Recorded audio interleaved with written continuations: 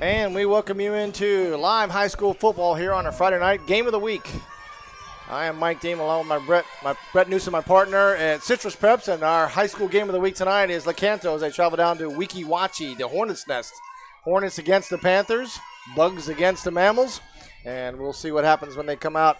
Who comes out on top? The Panthers 2-4 on the year, and Weeki, Wachee 2-5 on the year, but it is a district contest, so we'll see what happens tonight as Lecanto can get another district win. They're 1-2 in the district, and Weeki, Wachee is 1-3. Weeki, Wachee powered by a high passing attack. They got a quarterback, Vaughn Zakora, 75 for 142 and 1,200 yards passing. And the kickoff is coming up, and it's I don't know if it was a muff. It was trying to be a onside kick, but they're going to say it did not go 10 yards, and that's going to be a kick. That's going to be a 5-yard kick, and they're going to say 1st and 10 for Weeki, Wachee. Not a good start for Lecanto. That's not what you wanted to do. I don't think that was. I don't think that was planned. No. So Weeki, Wachee first time on offense. We're just getting started here. You're tuning in. This clock is not even turned over yet, as they didn't get any time off the clock on the kick. Sakura going to be in a shotgun. Trip receivers to the near sideline and a single set back to his left. Snap, Reed, and he's going to hand off straight off the right tackle. Gain of a few yards, be second, and we'll call it 7. Weeki, Wachee, again, passing attack, and Sakura Jr., 6'2", 175. A cannon of arm. I saw him warming up, and he does throw it pretty well. Again, trip receivers to the far sideline. Weeki, Wachee in green. They're both green, and a pass out of the flats, and it's dropped. Couldn't see the number over there, but it is dropped, and it'll be incomplete. Clock stops. 3rd and 7. Obviously, Lecanto's got to be prepared to slow down the passing attack, and it would seem like, Mike, for them, you want it to go east and west, not north and south. If you can keep them with those dump-offs out of the backfield, I think you can live with that. You just don't want any of those long down the field passes. Score again, primarily shotgun formation with a single setback. Snap, 2-step, looking to his left towards the far sideline, caught, and all the way down into the 35, and then dropped before the 40-yard line. A good gain by the wide receiver there as he gets the first down. 1st and 10 for Weeki, Wachee. Trying to see the numbers here. I believe it's number 8, Brian Strickland, with the catch. No huddle here for Weeki, Wachee. No score here if you're just joining us. Appreciate you tuning in to Citrus Preps live stream high school football. Snap, Reed, handoff right side. Big opening as the player runs down. Going to be down on the 30-yard line, just inside the 20-yard line now. So it'll be 1st and 10 inside the road zone and a first down for Weeki, Wachee Hornets. And that passing game opened up the rushing attack a little bit there. That running back was Sebastian Class. He has the most yards, 66 carries for 369 yards this season. Again, going power to the left, ball's on the inside hash, near sideline. Motion across, Sakura, snap, 2-step, looking to his near side, throws a ball to the corner of the end zone, and caught! Touchdown, number 20, 6 points, 5 plays to get into the end zone for Weeki, Wachee. They made that look easy, Mike. I mean, talk about the dump passes. They were more than happy to do that, and they just meandered down the field. The short kick obviously did not help Lecanto there. Number 20 getting the touchdown, Amari Walker, senior 5'9", 165. Good grab and good throw from the quarterback. Number 8's going to do Wildcat here as he steps in. That's Brian Strickland in the quarterback position. Extra point coming. Snap, high, Reed. No, he's going to keep it himself, and he's going to run in, untouched for the 2-point conversion.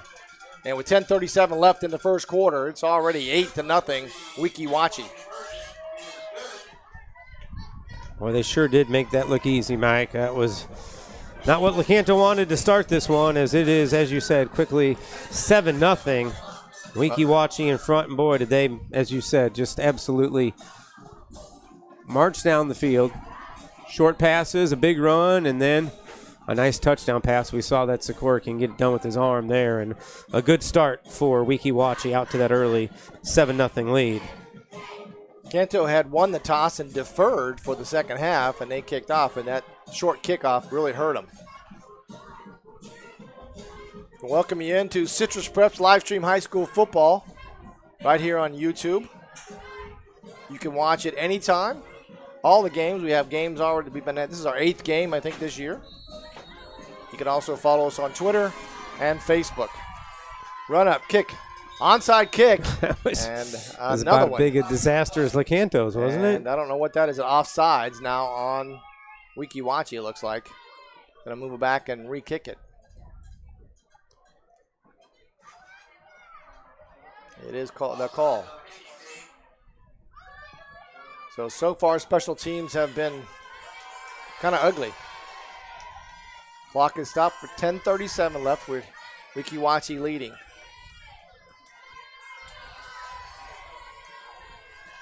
We'll see if they try another onside kick as they did before. Again, it's hard to see these numbers here, so I'm trying to dark green on black, and there it is. Pop, and there's a nice catch. See who the recovery was by number 28 for Lecanto. That's Riley Green. Smothered inside Weeki Wachee territory at the 45-yard line. 1st and 10, first possession for the Panthers. We'll see what they try to do on offense. It's been tough go most of the year offensively, Mike, and it starts with just not being able to throw the football very effectively to set up their rushing attack. Thomas Huffman now looks like he's in the shotgun formation. Again, trip receivers to the far sideline. Snap, blitz coming. He takes the 2-step. Blitz is coming and throws it cut in the middle. It's picked off. Weeki Wachee's got plenty of room. 40, 30. That's number 8. All the way down 6 points quickly for the Weeki Wachee. That's Brian Strickland. And that is a 60-yard interception return. Pick 6 for the Hornets, 14-0 with 10:24 left to go in the first quarter. That was short and sweet, and again, not the start that Lecanto needed, Mike. They needed possession. They had great field position, too, off of that kickoff. And to have that happen, just disastrous to throw that ball over the middle and have it. Yeah, and you mentioned that the passing game was really struggling, and that's exactly what happened there. Pressure came up the middle for Huffman, and he threw it away. Strickland's going to be in the Wildcat again. He's going to look at Reed. He's going to keep it himself to the right side. He's going to cut back inside, and again, untouched except for the final goal line. He jumps in, and 2 more points for the Hornets. That's going to be 16-0 as they get ready, and we're going to take a quick break here on live high school football on YouTube at Citrus Preps.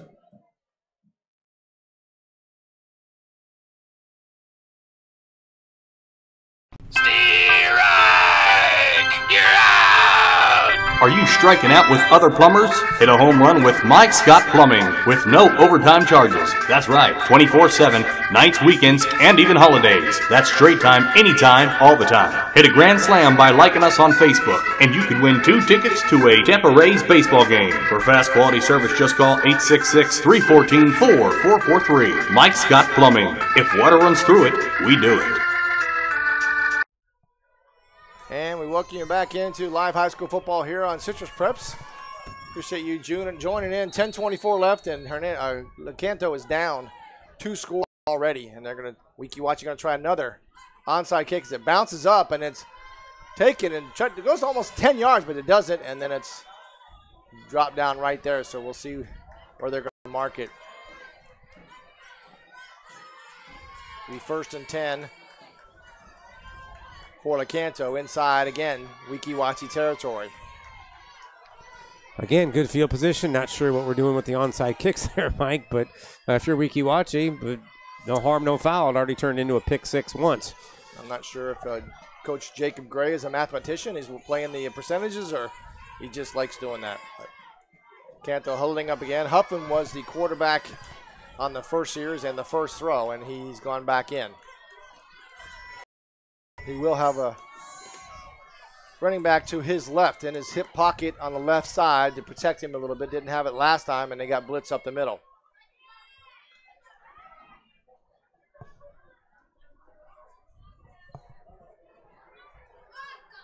Lecanto in white. Their colors are green and gold, and the Hornets are green and black. Huffman, motion across the face. Settles in, second motion behind, now looking like it's going to be an option, and it is, but he's corralled in the back. Loss of about 2 yards there, so Huff just winding and down under 10 minutes now in the first quarter. Second possession for the Panthers, and a late comer into the huddle. I'm sorry, that's number 14. That's Bresnahan, I believe. Yes. A little disorganized, Lecanto looks. Yeah. Surprising. Remember, they did have essentially a bye last week with that game against Nature Coast being postponed. Speaking of Nature Coast, we'll try to keep you up to date on that score as Citrus travels down to the Nature Coast and tries to take on the district leader. And in the back, shotgun. 2 sidecars, each right. Blitz looks like it's coming up the middle again. Snap, and it is. And that's number 45 on the carry. He gets a couple yards, maybe even back to the line of scrimmage. And we got a late flag coming in. That was probably a late hit. Another one for maybe a little more fisticuffs at the end of that. None of that was good.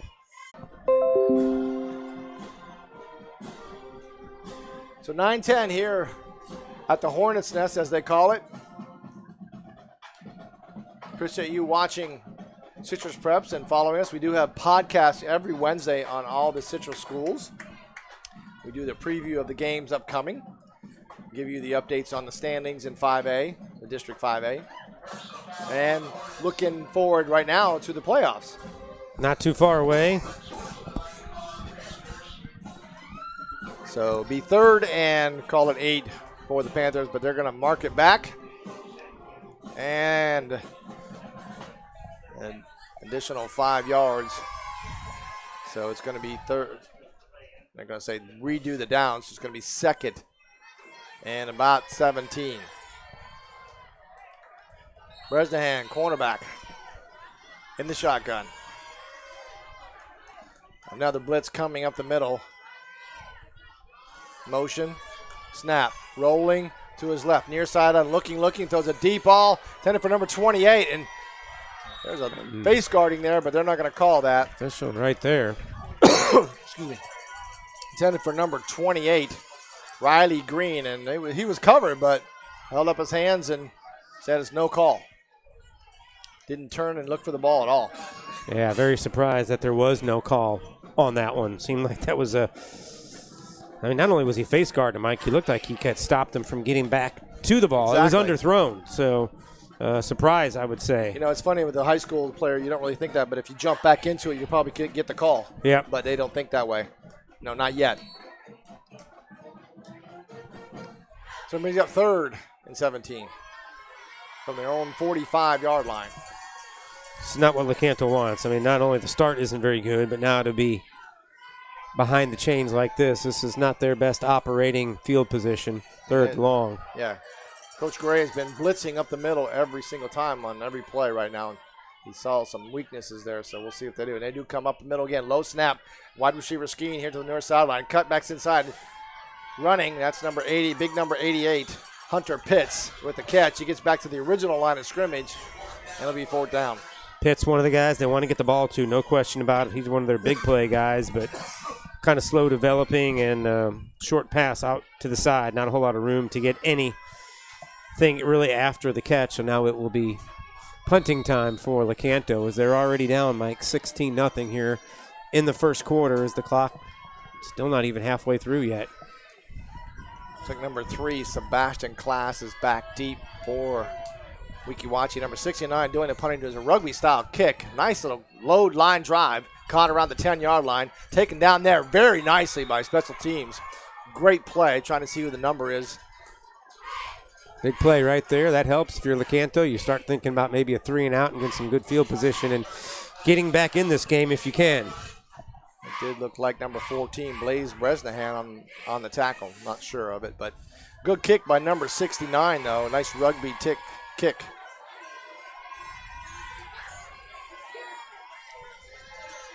So this is the second offensive possession for Weeki Wachee. Pinned deep into their own territory. 8:05 left in this first quarter, leading by 2 scores. Option pass and a great defensive play as they cover him up. And he actually loses yardage. He'll be inside the 5-yard line. They're going to see right at the 3-yard line. Yeah, big defensive play right there. Good job by Lecanto to diagnose that short little pitch. Made it look easy defensively. Now you've got Weeki Wachee sort of behind the chains. Bring up second and about 17. Sikora in the shotgun with a single setback. 2-step drop, looks to the left, throws it across the middle, and caught.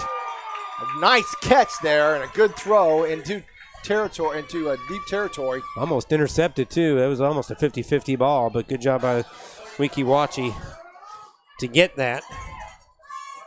Trying to see who that was. Said it was Walker on the catch. 3rd and about 3. Big 3rd down here for Lecanto to get some momentum back as they stop him here and force a punt. Good field position. Sikora back, 2-step drop, looking, no pressure. Throws an out pattern and a great pass, but it's dropped. It was in his hands and out, and that'll bring up 4th down, and the punting team will come in. That's intended for number 5, Perry Nation, and just dropped it. A good pass by Sikora, though.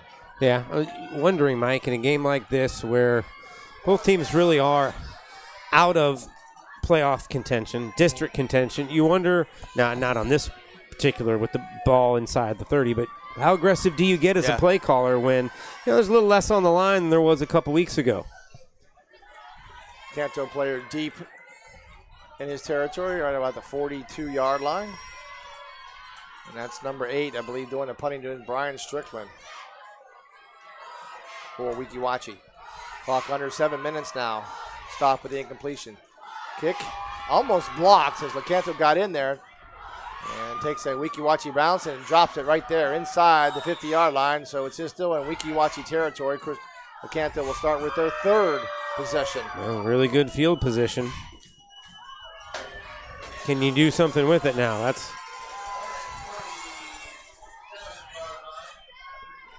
Lecanto's got to get something going offensively, Mike, and this has sort of been the story all season long. They just haven't been able to get it going offensively. And change up and put number 17, Thomas Huffman, in at quarterback now. He was the quarterback in the first series through that pick 6. Huffman with number 45 to his right. Mr. Kish. Again, looks like a blitz coming. Motion. Twin side cars now. Blitz. Reed. That was number 45, Jarrett Kish. No Kish. room. Good job defensively. Just can't get anything past the line of scrimmage, especially with the blitz coming up on the A and both A gap bases is what they're doing. Clock winding down under 6 minutes and 30 seconds in the first quarter. You see on the screen, it's 16-0. Weeki Wachee scored on his first possession and a pick 6 on the first play from the Panthers.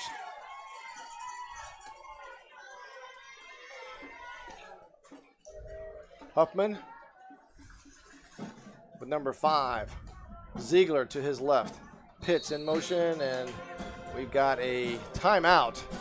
And it's going to be on Lecanto. So we're going to take a quick timeout here. You're watching live high school football here on Citrus Preps.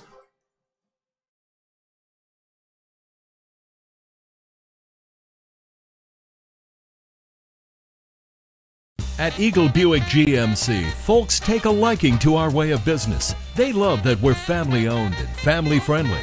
You get the best selection, the best price, and the best dealership experience. With affordable leases and incredible discounts, find what you're looking for, or we'll find it for you.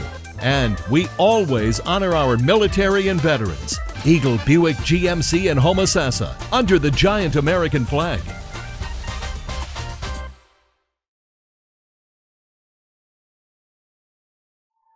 We are back. Welcome back. 6 minutes left in the first quarter. Dragged down a little bit, but Weeki Wachee Hornets lead 16-0.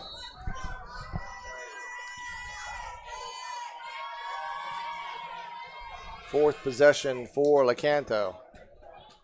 Number 14 back there, Bresnahan. He's going to take it himself on a quarterback keeper to the far sideline. Looks and looks, cut back, and gets good yardage, close to the first down, but they'll say he's just short.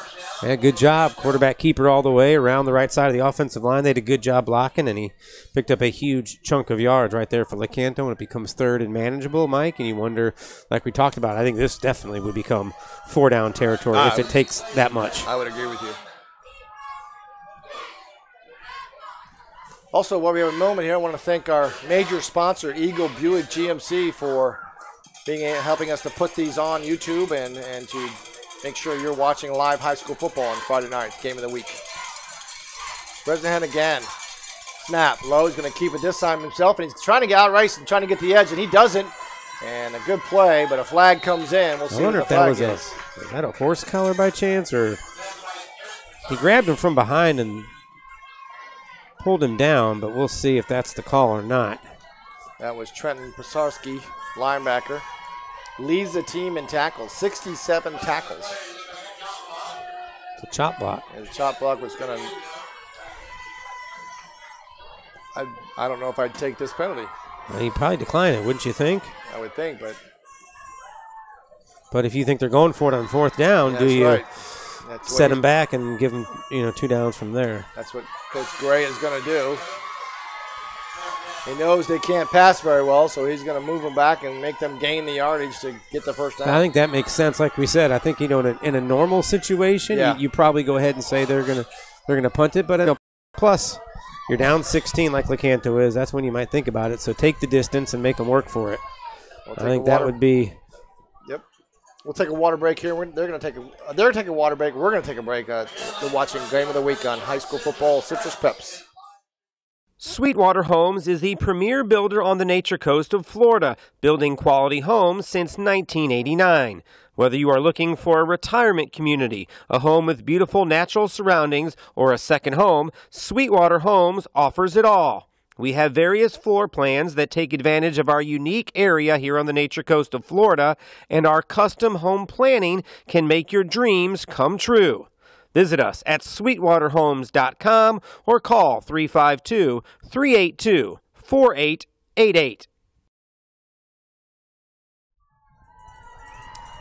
And welcome back into live high school football game of the week.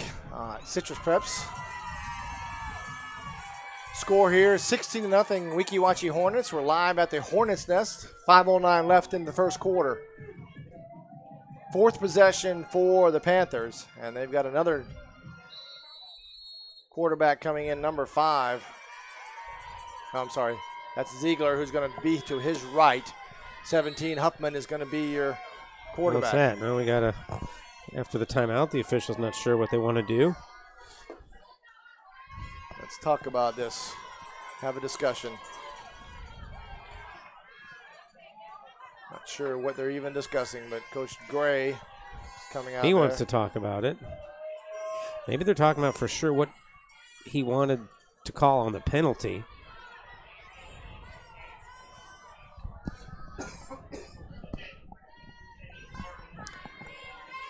So again, it'd be nice to have referees have microphones and we can listen in, but they don't let us do that. They want us to do that. The clock stops, and now it starts up again in 5 minutes, and underneath that, as Huffman gets ready for the snap. Blitz coming again, straight up the middle. Looking, got a pass. Goes an outside ball to the far sideline, caught by number 1, Nathan Kopp. And he gets a couple of yards back, maybe 6 yards, and it'll be fourth, and we'll call it about 15. And another flag on the play in the backfield. It may be roughing the passer. We'll see what the call is, and that could be a big, and it is. That's a big one. You're right, Mike.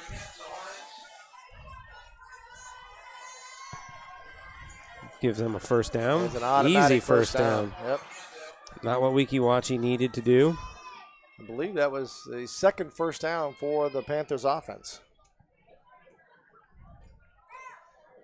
As they walk it off all the way into Hornet territory at the Hornet 35-yard line. I think this is the deepest that the Panthers have gotten so far.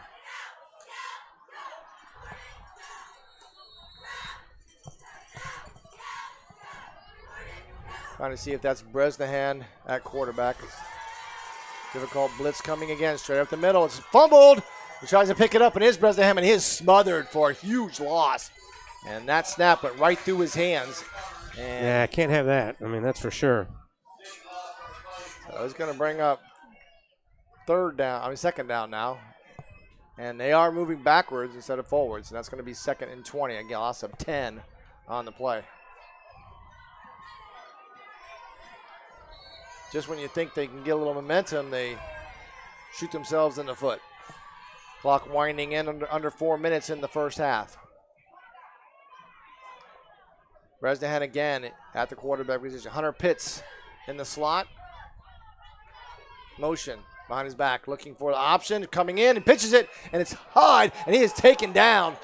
And we have a turnover. Weeki Wachee, just the pitch was just awful because Bresnahan got slammed. Intended for number 28, who also got slammed, Riley Green.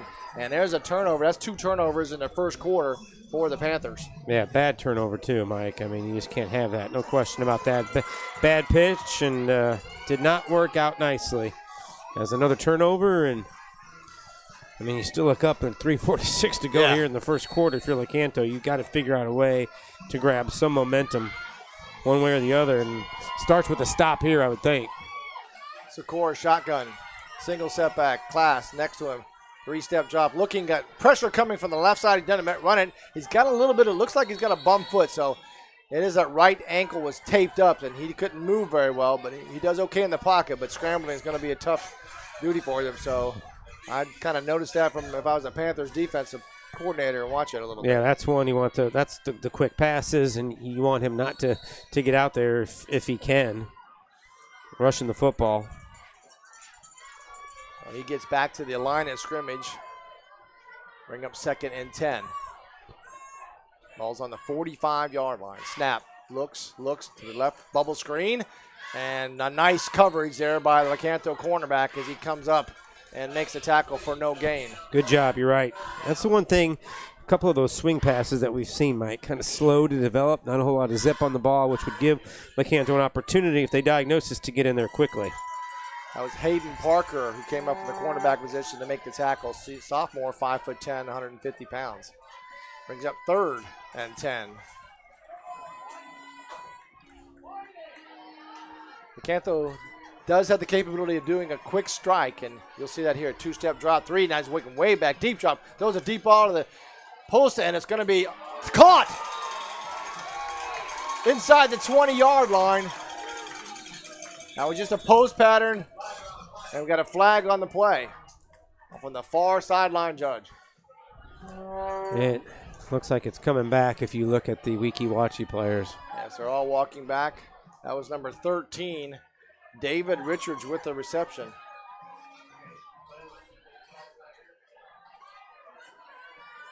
Just an easy post pattern in the seam, and nice pitch and catch there by Sikora, but all for naught as it kind of come back. Clock stops at 3:04 with the penalty. We have seen a couple of passes, Mike, that look like they were 50-50 balls where the Weeki Wachee receivers have gone up and made plays. I think it's one of the things, if you're Coach Harper and the defensive staff, you say, we got to get a couple of those 50-50 balls. That could change things tremendously. Yeah, he was defended by Nathan Kopp, and it looks like Kopp had him, but just couldn't come down with the ball. Secor again, and there's offsides by number 13. And he was a little bit, and it was a toss pitch. A nice little play, but it's going to come back as number 13 was offsides.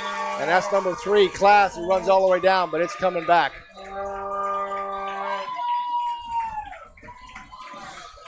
Two big plays and nothing but going backwards for Weeki Wachee. It's a shame when you diagnose that one. That was, do you remember the old really nice the flea flicker right there?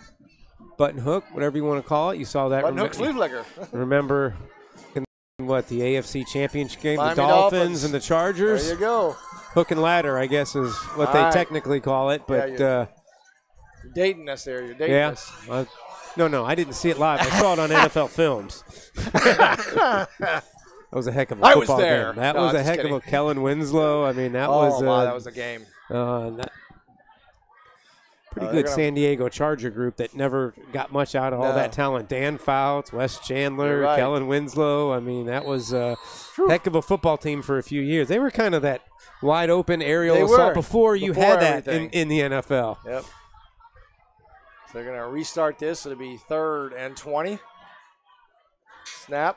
Yeah, that's not a good. See, now that's one thing too, Mike. I've seen that twice now. Sikora tries to get back very quickly, yes, on the drop. And it looks like almost that he's always taken that first step before the ball is even snapped. I think because there's that little bit of a delay, the official will let him get away with it. But that one was blatant, big time. Yeah.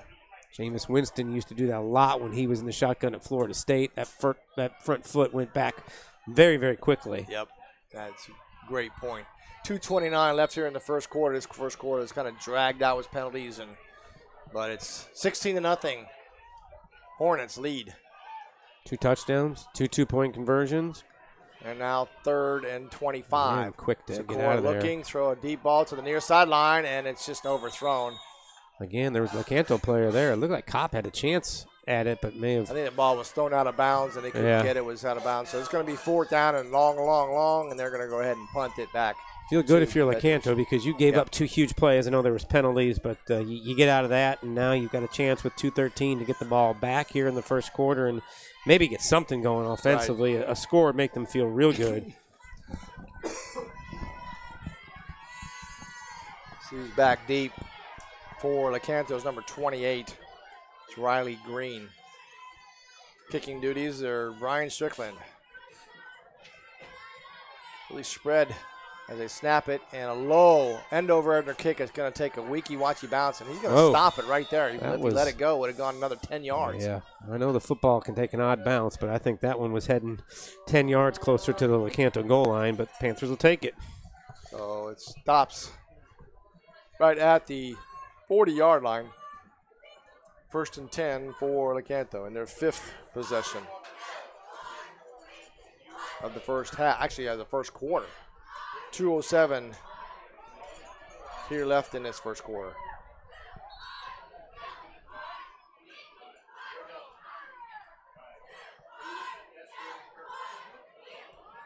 And that is, it's like Bresnahan now back for the Panthers at the quarterback position. Snap. Now taking himself, reads it, and then just gets buried and pushed back, and a loss of 3 yards. The offensive line for Lecanto has just not been able to stop anything on the defensive rush. I was seeing the one play they ran to the outside right. They were able to get that, but nothing up the middle, Mike, at all. Well, I just looked at this. Number 75, they got Garrett Allen. He's 6'6", 300 pounds. He's actually pushing 2 guys inside. Number 70, that's Deacon Straub. He's 220 pounds. And then you've got Cole Scavellini, looks like 5'9" and 210 pounds. So they're just pushing those offensive linemen out of the way for the Panthers. Again, Bresnahan, Pitts is going to move over to the near sideline. Motion again. Green, snap. Looks like an option. They got to run it, and he's going to take it. Number 14, Bresnahan gets all the way down to the 45-yard line. Good gain there. Yeah, much better design-looking play on the option, too.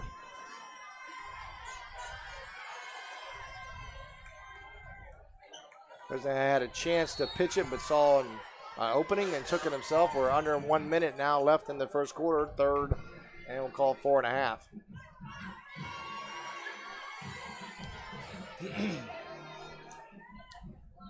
Panthers really need something going here on offense to get some clicks going. Let's see if they'll get with this last play off of this quarter. Bresnahan, Pitts in motion, switches sides. And we got a timeout with 25 seconds left. Lecanto takes his 2nd timeout, and we're going to take our 3rd timeout as we break for a commercial. You're watching live high school football on YouTube at Citrus Preps. At Crystal River Firestone, our mission is to offer you the latest in parts and products at the best prices with unparalleled service. Family owned and operated since 1977, Crystal River Firestone will not only take care of all your tire needs with our expert service, but we also offer scheduled maintenance, oil changes, brake service, and more. So head to Crystal River Firestone to see what a hometown team can do for you. Crystal River Firestone, 1010 North Suncoast Boulevard, Crystal River. And we are back. 25 seconds left here in the first quarter. Panthers on their 5th possession of this first quarter. We're looking at Huffman back in. At the quarterback. Green behind him. Snap. And he drops the ball. He's going to toss it. And he tries to toss it again. He does. And he gets it to Green, who just loses more yardage. A bad decision upon a bad decision. That'll drive a coach crazy. You take a timeout. Yeah. Don't know if that was the bad snap or a mishandled snap, but either way. I'm going to tell you it was mishandled from that point, and then he just tried to do something with it. He shouldn't have just fell on it. One of my coaches always told me, don't complicate a mistake by making another mistake. Right. Don't aggravate a mistake. So it's one of those things you have to learn. We got a water break here. With end of the quarter. Second quarter. 16-0 is your score here at the Hornets Nest. It is homecoming here at Weeki, Wachee, and we'll see at halftime who's going to be. Another queen? Queen, yes. 2 homecomings We've had in a a lot. row. I've never been invited to so many homecomings in my life. Hernando's ahead of Central right now in district action, 14-0. Not really a big surprise there. Mentioned Crystal River is stepping outside of district play tonight. There's no score as they're taking on South Sumter. And just underway a few minutes ago, Citrus and Nature Coast.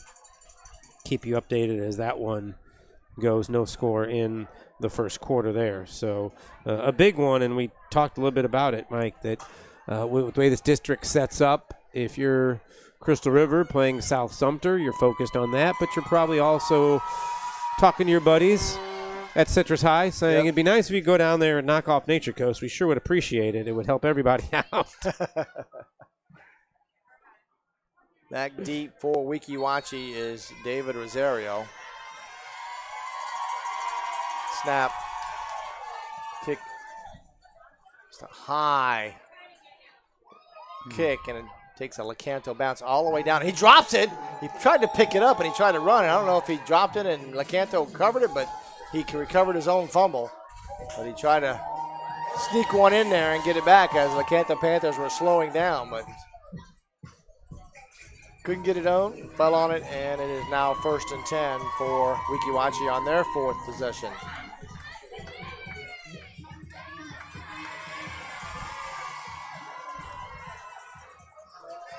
Just getting started here in the second quarter, 11:45 left.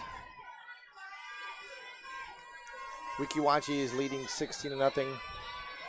First possession touchdown, Socorro to number 20, Amar Walker. And then a pick 6 by number 8 of Weeki Wachee, Brian Strickland. And that's all the scoring we have right now.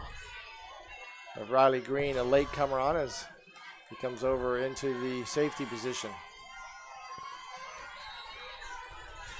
Score, single setback, Class to his right, 3-step drop, looking, got pressure coming, can't get out. He's trying to get to the near sideline. He just throws it out as he gets out of the pocket. Good smart move there as he was chased by number 45 of Lecanto, Jarrett Kish. Yeah, good job getting some pressure disrupting there is a flag down the route a little bit. We'll see what that means. Intentional grounding. I think it was behind the line of scrimmage, and there was nobody. There's nobody there. There. So it's going to be intentional grounding on Weeki Wachee. Moves them back.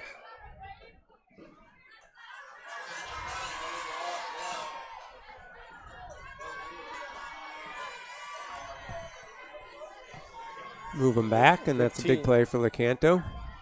15 yards they moved it back, and it's going to be for 2nd and 25. 11:37 left in the second quarter.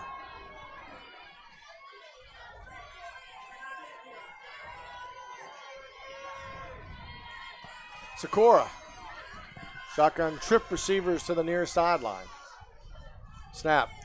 3-step drop, looking, got pressure coming, and he's taken down. It may be close. Oh, they got say, is he on the line or is he outside? And they're going to say just outside the goal line, and good play by the Panthers as number 45 comes in.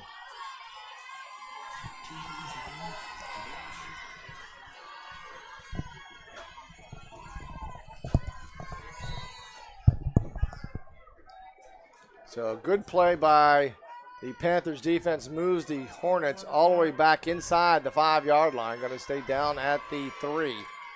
Snap, looking in his goal. Box throws in the middle, 3, it's pass, and it's knocked down by number 1, Nathan Kopp. Good defense there by Nathan. Apologize for the cough there. Big chance there, as you mentioned, now for Lecanto to really back him up and maybe get some points on the board with some really good field positions. Clock stops at 10:56 left in the second quarter. Looks like Bresnahan is back deep for Lecanto, standing at the Hornets' 43-yard line. Now they're going to be punting out of their end zone. He's just 1 yard away from the back line. Snap. Kind of high, trying to get pressure on it. Low line drive, and it's going to take a Weeki Wachee bounce all the way past the 40-yard line. Dropped right there at the 43-yard line, 1st and 10 for the Panthers on their 6th possession of this first half.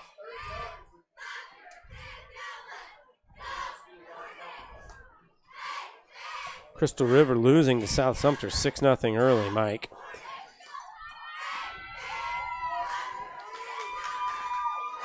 Well, it is a non-district game. We talked about that. Maybe there's a letdown on that end, but it's a rivalry game really for Crystal River, but we'll see how they come out of that.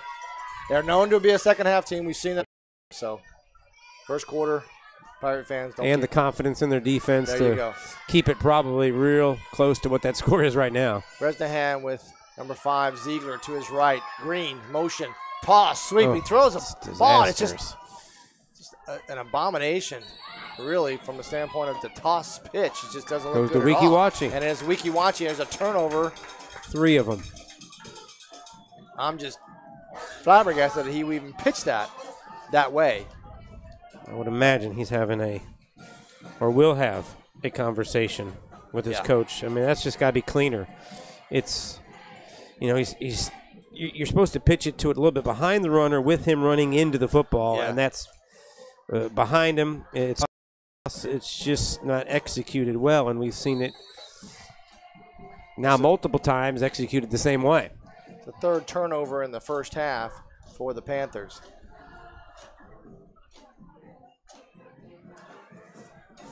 Sequoia now. Sorry, I might be pronouncing this wrong. It's Socorro. Throws, you're looking for the right side, and almost picked off in midair, but getting to a little bubble screen, a wide receiver screen inside. Comes inside, but he loses yards. Panthers had that well wrapped up by number 43, Matthew Whitehead, in on the tackle, along with number 45. That's Jared Kish.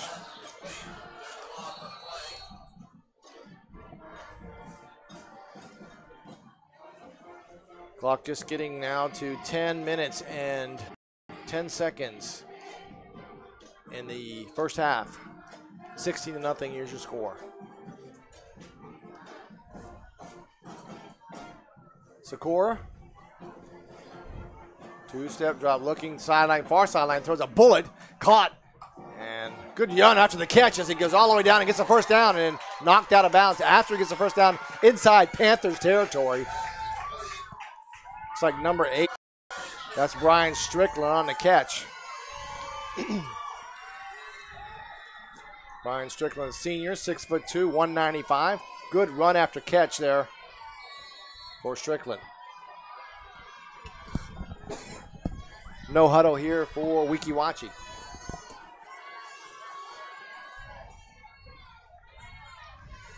Socorro looking over to get the sidelines to get the play, and it's going to be a read option to the black, and that's Cass who's going to come out, gets the left side. He's got room to run down to the 20, 35, 30, 20. Going to outrun him. No, he's knocked out of bounds right there inside the 10-yard line. They're going to stay down at the 5.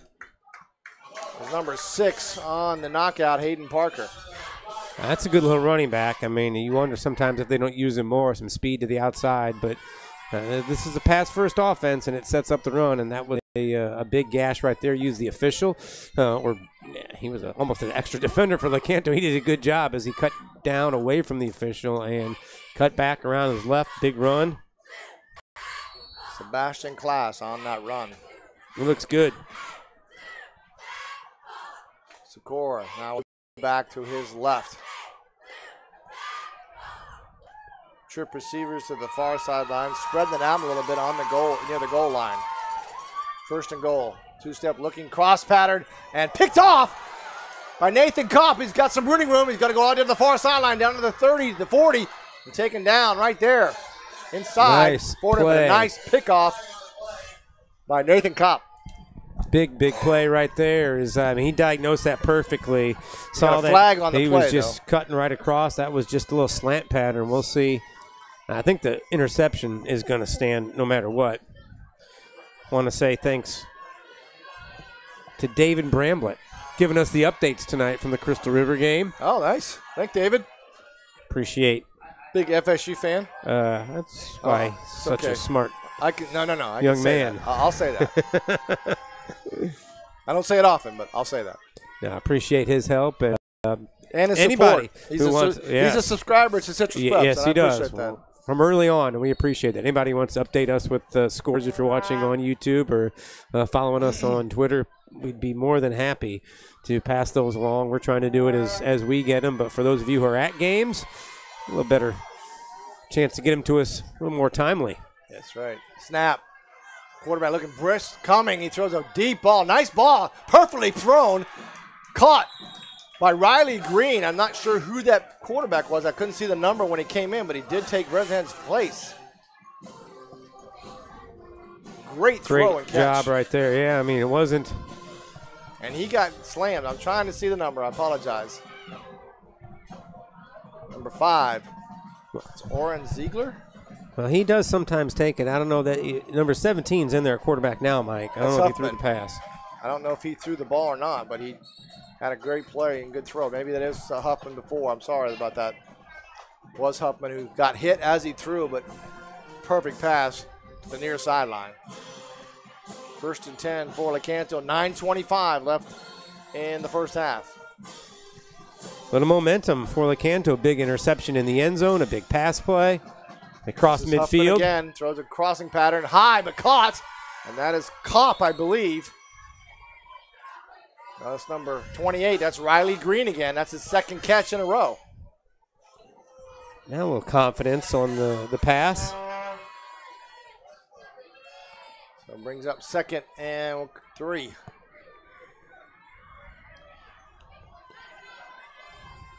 Under 9 minutes to go in the half, and Lecanto needs to get on this board. As a good stop by the defense, and now they want to put some points on the board here.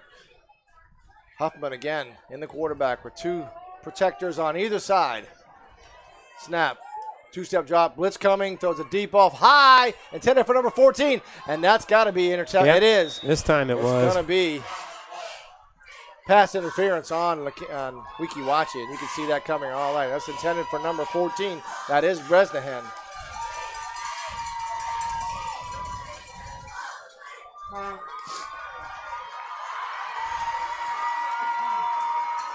Coach Jacob Gray is beside himself out on the field, yelling at the referee. Saying there's no way. But I think they got away with one earlier. They did. Anyway, but that was definitely pass interference. I mean, makeup call.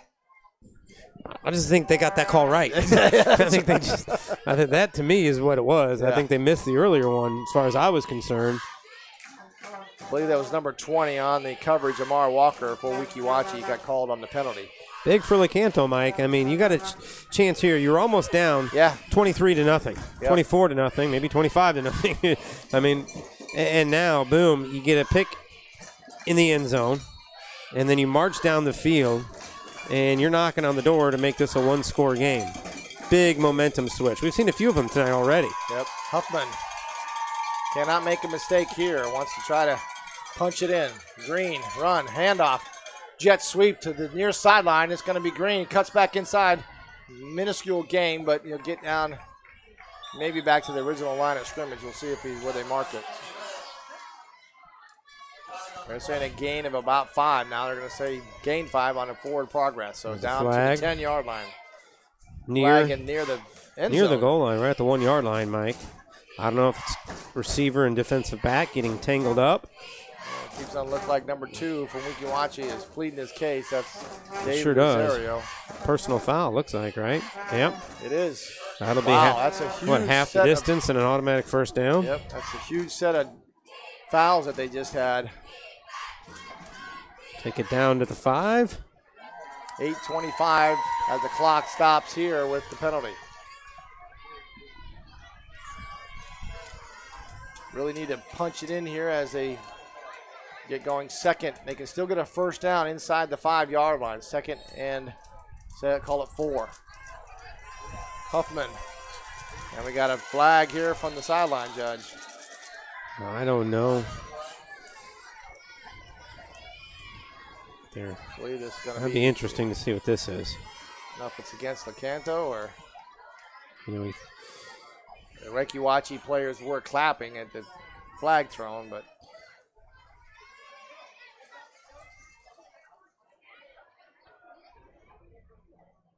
waving picking the up. flag off. Okay. So we have no idea. Again, and I guess no it doesn't matter microphones in because there. there is no penalty, right? So it doesn't matter. Huffman. Snap. Looking, toss, sweep. That's number 5. Ziegler cuts it inside. Touchdown, Panthers. 8:09 left as they get their first TD of the first half. A little more authoritative on the pitch right there, Mike. I think that's kind of the difference that we've seen now with that play as opposed to the other ones. I mean, we still threw it kind of out in front of him, but good job on the pitch. Lecanto gets into the end zone, cuts the lead to 16-6, and boy, momentum has shifted in this one. It has. So they're going to go for 2, try to half it. We got Ziegler to Huffman's right with Green in the slot. Pitts. Snap, toss, sweep again. This is Ziegler. He's got room. Can he not get in? Can they stop him in? Weeki Wachee does a good job of wrapping up there on or near the goal line. Number 4 stopped him for Weeki Wachee. That's Omar Fonte. And that's where it'll stay at 16-6. So 16-6, we're going to take a quick break. We'll be right back after these messages. You're watching high school football on Citrus Preps.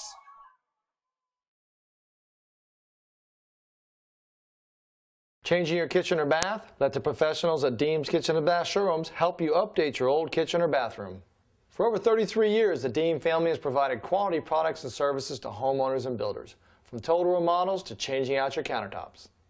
DCI Countertops is our 15,000 square foot facility for manufacturing your silestone, granite, and Corian countertops. We can provide all your countertop needs directly from the manufacturer. So for your next project, remember the professionals at Deems Kitchen and Bath Showrooms and DCI Countertops. Don't dream it. Deem it. And welcome back into Friday Night Football here on Citrus Preps.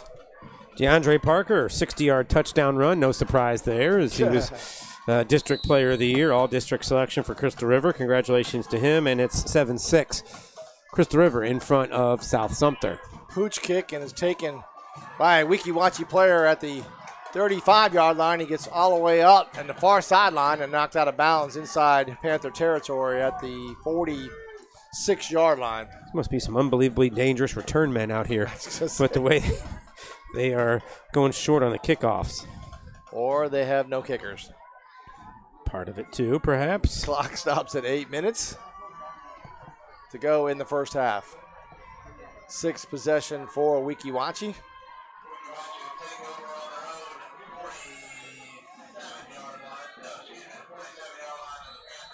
So they're inside Panther territory, just inside the 50-yard line. 1st and 10. Snap. Ziegler, read option. That's Class. Gets to the sideline, cuts the edge, cuts back in, puts his head down, and then runs it over a player there. That's number 14, Bresnahan, making the tackle.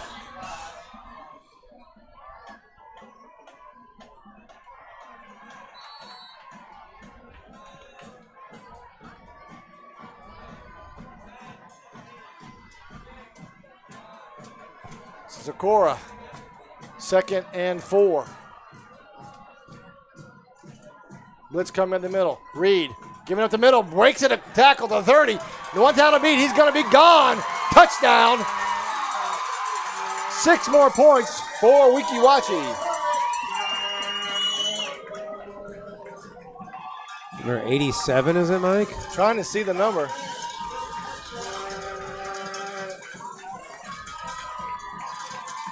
Big run right up the middle, up the left tackle. Big 42-yard run. I'm sorry, make that 45-yard run. 22-6 now. Yeah. They'll go for 2 again, I would imagine. That's basically their MO. I looked up the stats on it. They don't kick kick extra points at all. Strickland going to go for 2 here.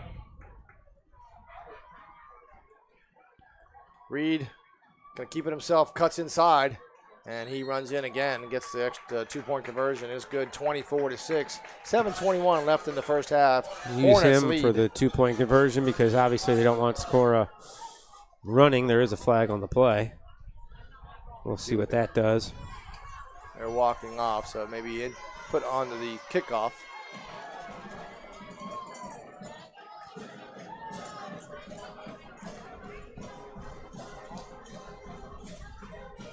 There's actually 2 flags down right now, and the referee's talking it. Unsportsmanlike on both teams. Wipes it out. So that's going to negate everything, and they're going to have offsetting penalties. And it's 7:21 as the Hornets lead 24-6 here at their homecoming.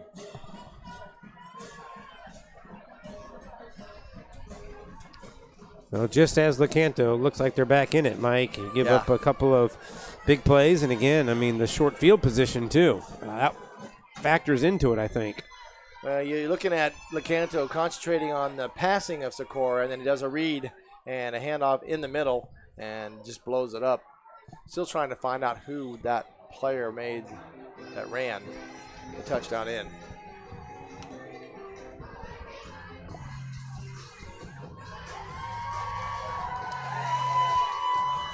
So we'll see if the Weeki Wachee Hornets do another onside kick. It's been their It's setting MO. up that way, the way he's got it teed up. Yep.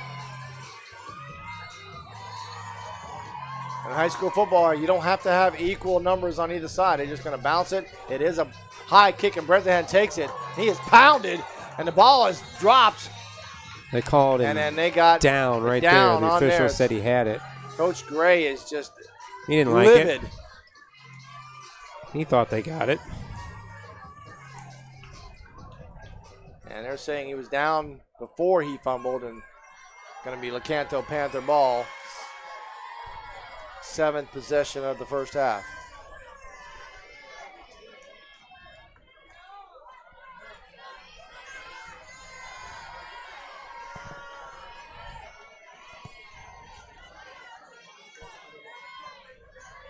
Clock stops at 7:16 as Panthers get going on their 7th possession of the first half. They had one good drive, a couple of good pass plays to keep the drive going, and a couple of penalties. And it was a long drive, too. I mean, it started after an interception at the goal line. They returned it inside the 20, and they drove down the field. That was certainly a momentum builder for the Lecanto offense. We'll see if they can keep it going and try to put another score up. Still plenty of time left here in the second quarter, Mike. 7 minutes and 16 seconds. So plenty of time, but I think Lecanto's got to figure out a way to get a couple stops on the defensive side. This first half is really bogged down a little bit. A couple of explosive plays for Weeki Wachee, but it's just been slow Officials going. haven't exactly been that's what I was going to mention. quick on their decisions. It's going to be Huffman again at the shotgun position. 2 slot backs, a little wing formation as they get blitz coming up the middle. He throws a deep ball. This is up for grabs, really. And that was almost another that's pass interference. Absolutely. They can't get it going as their number 1. It was intended for number 1, Nathan Kopp, and he was just held back by number 2. You know, Coach Gray is absolutely in the official's face, but, I mean, he stopped the path of the receiver. Now, I mean, maybe you can argue and maybe he is arguing that the pass was uncatchable, but the receiver was running straight down the sideline, and the defender just got in his way. And, I mean, that's interference. Now, I think if you're the official and you deem that ball is 20 yards over his head, perhaps you don't. But I think that's what he's talking about to the head referee is, he stopped him, put his hands up, kept him from running. Yeah, that's a good call. I mean, That should be the third pass interference call, but it's only been 2. Yeah. Well, that one to me was even more obvious because he just stopped him from put his hands out like he was blocking him. Yeah. That to me is textbook easy call. Now, I mean, if you've got more officials on the field like in a college or NFL game and you have replay, maybe you can say it's over his head, but we don't have that, so it's a good call. And they're taking a quick water break, and we're going to take a quick break here on high school football Friday night game of the week at Citrus Preps. At Eagle Buick GMC, folks take a liking to our way of business. They love that we're family-owned and family-friendly. You get the best selection, the best price, and the best dealership experience. With affordable leases and incredible discounts, find what you're looking for, or we'll find it for you. And we always honor our military and veterans. Eagle Buick GMC in Homosassa, under the giant American flag.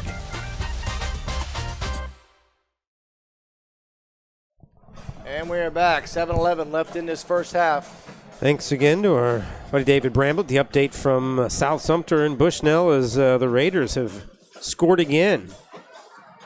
Pirates stopped the 2-point conversion, though, but 2:11 to go in the first quarter at South Sumter. It is now South Sumter 12, Crystal River 7, a non-district game, but I think that game plays into the point standings and the playoff race considerably. Huffman, blitz coming up the middle again.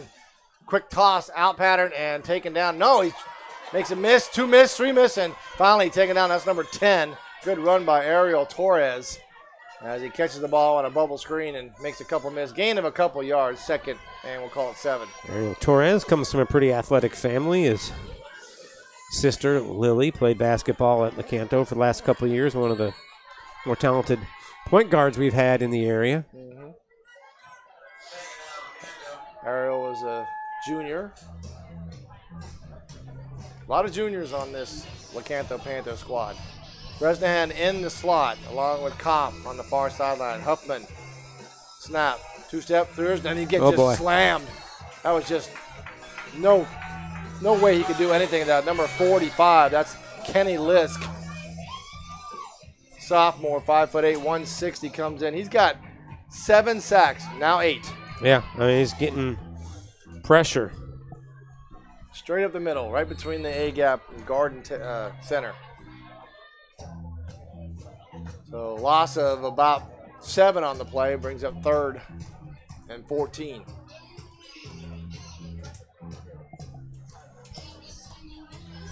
Huffman with Torres and a little wing formation.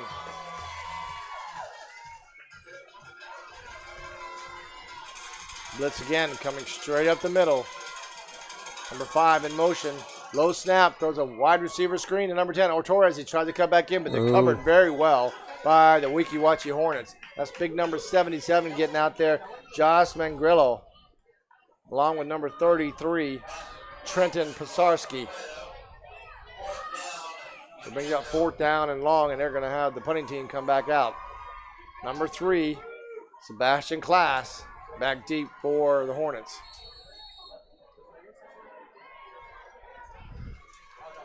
Clock winding down under 5 minutes now. 24-6, as you can see on your screen. That's the score here at homecoming Weeki Wachee. High snap, rugby-style kick, and it's off the right side of his foot. It's going to go out of bounds way, way early. It's going to be right.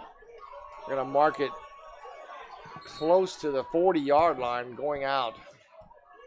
So pretty good field position for the Hornets. He's still walking up.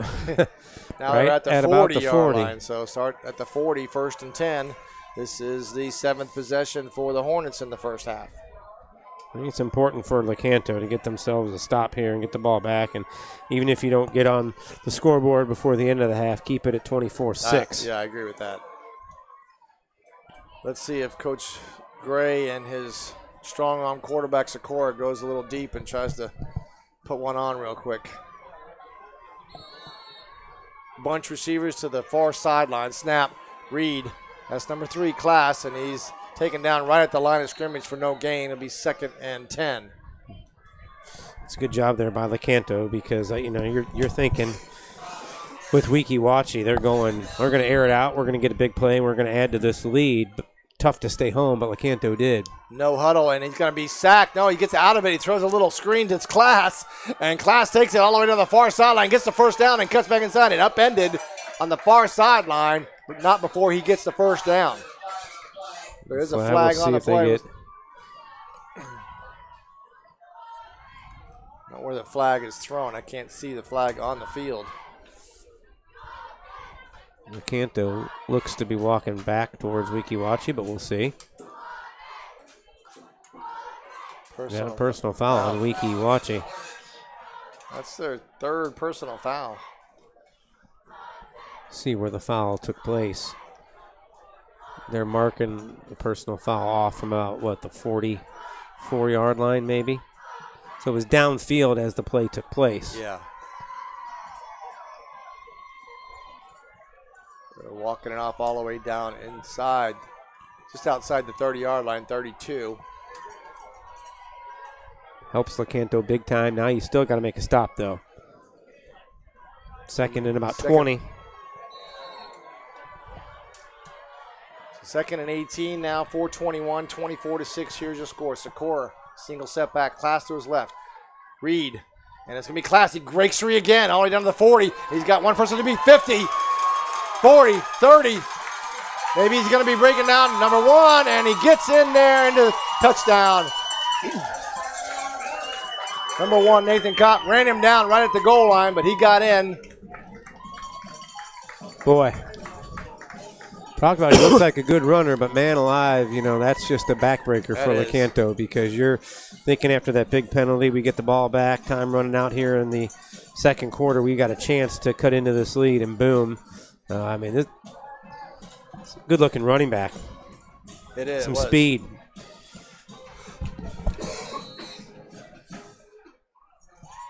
Makes it 30-6 now, and again, Weeki Wachee will line up and go for a pair. 68-yard TD run by Class. This is Strickland. He's going to take it himself and just walks right in. Man. No touching him at all. 32-6 with 4:07 left in this first half. Hornets are putting them on him now.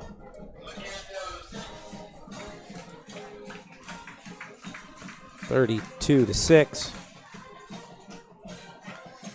Great run by Sebastian Class, though. He's been good. Every time he's touched the ball, you feel like he's been close to breaking it. Yeah. They've had plenty of room, and he's a game breaker too. He's got some speed, Mike, and he's taken full advantage of it. And it's been fun to see his speed. I know Lecanto probably doesn't think that, but to see him get out in the open field and get the job done, and finds the end zone on a long run, and it's now 32-6, and Lecanto really up against it now.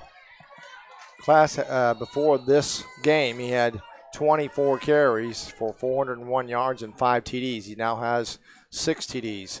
And there's another one, a fumble, and it goes through the hands of a Lecanto Panther, and the Hornets recover again on an onside kick. They were close the last time, Mike. They really thought they got the last one, and again, I tell you what, you give the kicker credit because that's the only thing you want. You want those 2 quick bounces and then a high hop, and he's had that the last couple times.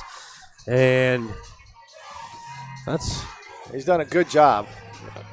Aggressive play calling. You've seen the stories of the coaches throughout the country that they don't believe in punting, they don't believe in kicking extra points. Obviously, if you go 50% on your 2-point conversion as well, Weeki Wachee's 4 for 4 tonight.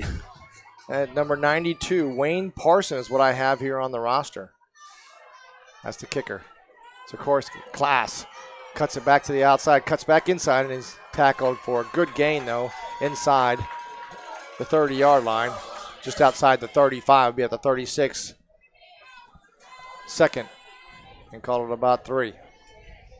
I tell you what, Mike, I don't want to mention it, but you're Lecanto dangerously close to a running scoreboard in the second half if you don't get it together here towards the end. And this is not a game that I think any of us thought would be anywhere near this type of score.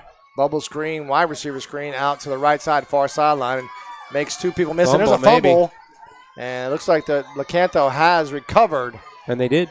They did force the fumble, and it is going to be recovered by Lecanto. So it is going to be turnover for the Hornets. That's their second turnover of the first half. This is now going to be the 8th possession for Lecanto.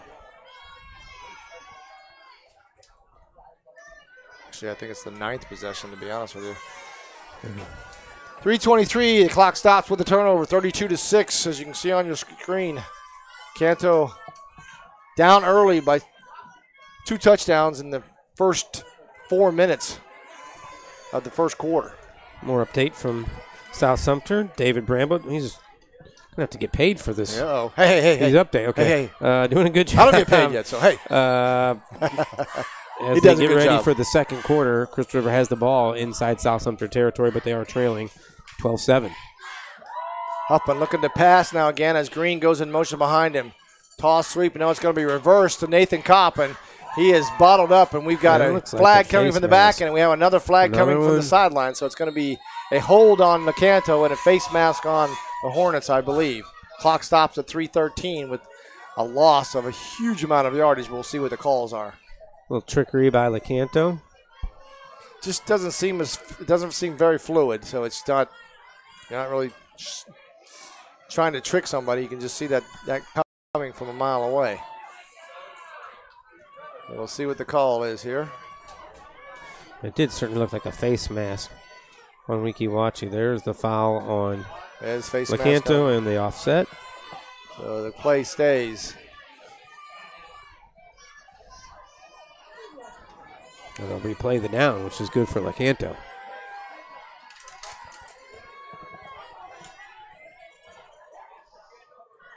So they come all the way back to the original line of scrimmage. Be 1st and 10 for Lecanto.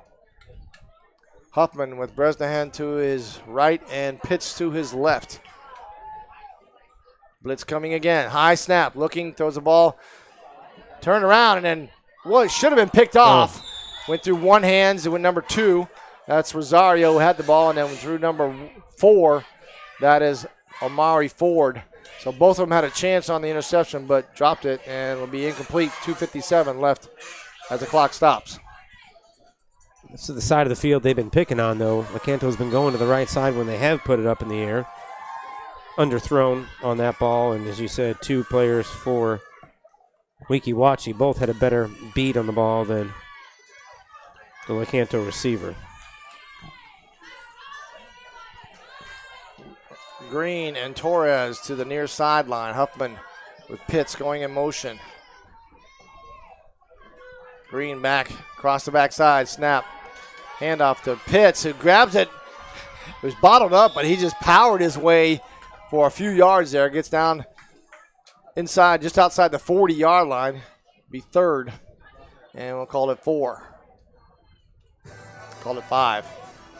2:39 and counting here in the first half. This is homecoming for the Weeki Wachee Hornets, so they'll be crowning a homecoming king and queen here at the halftime. Pretty good crowd here for a homecoming game, especially with 2 teams that are somewhat out of the Weeki Wachee fans have done a good job. I've said before, I know a couple of coaches we've talked to up in Citrus County have a lot of respect for Coach Gray and what he's done to turn around this program. And there's an inside handoff, and I think winless last year, right, Mike? Yeah. They go winless last year, and the year before was almost as bad. So it's been a struggle. And Coach Gray took over last year and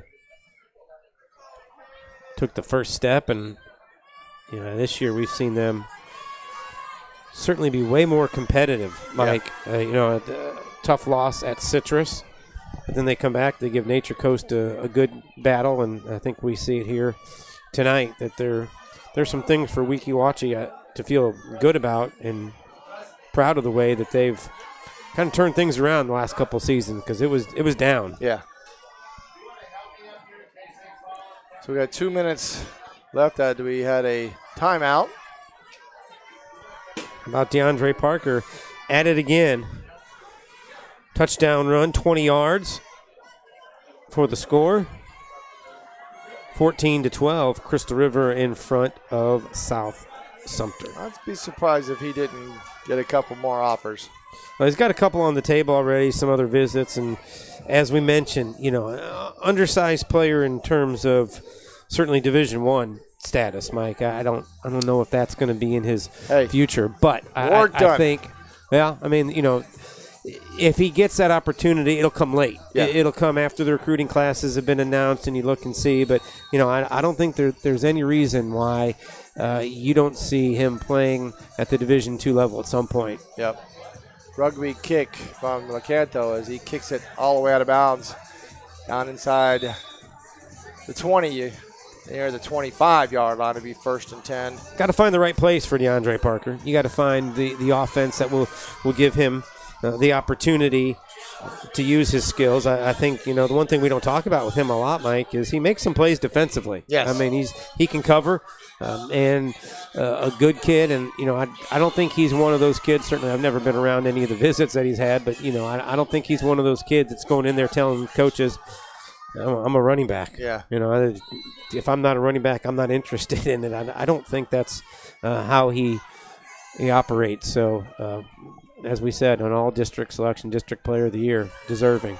Strickland's going to take the quarterback position and do a quarterback keeper to the right side. Far sideline is taken down as it's short gain. 146. We'll see if they are aggressive at all, Mike, or if they're just going to play it to run out the clock and be happy with a 32-6 lead at the half. Socorro back in a quarterback. 130 and counting. I think he would take a shot, don't you? I would think he would try to go to Strickland, a big, tall receiver, and just let him go one-on-one. But snap. He is looking for a far side seam route. He's got him wide open. That's number 13. He's all the way down. There's nobody going to catch him. Big pass by this David Richards. 60-yard TD bomb from Socorro. Well, we said they would take a shot. Hey, they did. That seam route was been wide open all night. Set them up with the little run, it looks like, and they've just absolutely been picking them apart lately here with the passing game. It's been impressive. Socorro, as you said in warm-ups, what we saw at Citrus with him was a little more of the dink and dunk. They took away the long pass, but he's got the arm strength too. It was right on the money and in stride with him. So I'm watching him throw in the beginning, and just his arm motion is extremely fast, and the ball comes out of his hand extremely fast. And you'll see it on there on the screen if you watch it. And Strickland, who hands it off this time to class. And first time they did not get the conversion, and Strickland didn't run it. Strickland ran every single conversion since then. So 1:11 left in the first half, 38-6 is your score here as they get close to that running clock. Yeah, surprising. I mean, absolutely surprising, I'm Mike. Totally flabbergasted here with the way that Lecanto, coming off a bye week. We thought this was going to be down to the wire, and we're not the only one. As I said, a couple people we talked to set this game up said that this is going to be a really good football game. Two competitive teams, very much alike in terms, I think, of their progression with some younger kids playing and getting older, and a surprise, no doubt about it. This is a big-time surprise. And how about this? Crystal River Pirates with an interception inside the South Sumter 30 now with 8 minutes and 54 seconds to go in the second quarter, so a chance to extend the lead. And I think if you're Cliff Lowry, you're just saying, let's get up by a couple scores and let our defense try and take over. Again, another kick high, bounces high, and they may got it again. The Hornets. Perfect bounce kicker, again. He bounces it perfect. He kicks it perfect. And I'm telling you, they got to go up to the highest point. They haven't done that yet. There's 1:06 left, Mike, and they've now got the ball inside the Lecanto 45-yard line or right at the 45-yard line. It's just amazing to me that how we can have that many onside kicks and not be able to recover at minimum. You know what he's doing?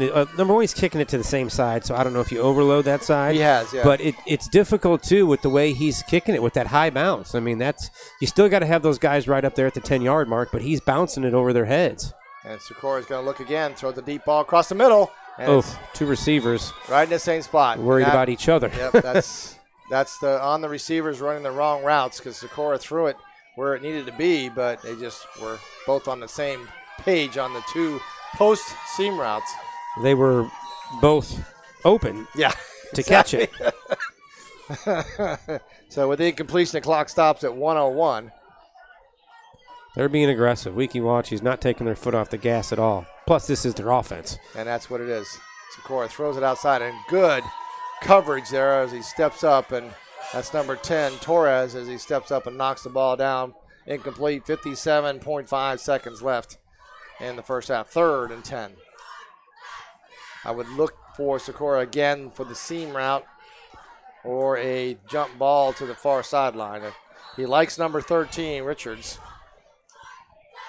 He's on the near sideline here, closest to the camera. Snap. Looking, now he looks to the far sideline, throws an out pattern, but it's low. First bad throw I've seen tonight from him. Not a good throw. Now it's a 4th down. And the clock did not stop on the incompletion. So it's still running. Still running. Still running. No, it stopped. They've got probably 10 seconds at least to put back on it.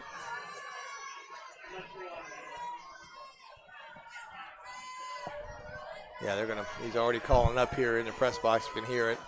Putting the new, better time on it. It's going to be at least 50 seconds left with 4th down. They're not going to punt the ball. They're going to go for it. No, I think you go deep. A lot of good things can happen. Well, I mean, you got a chance for a pass interference penalty, chance for your guy to make a play. You go for it.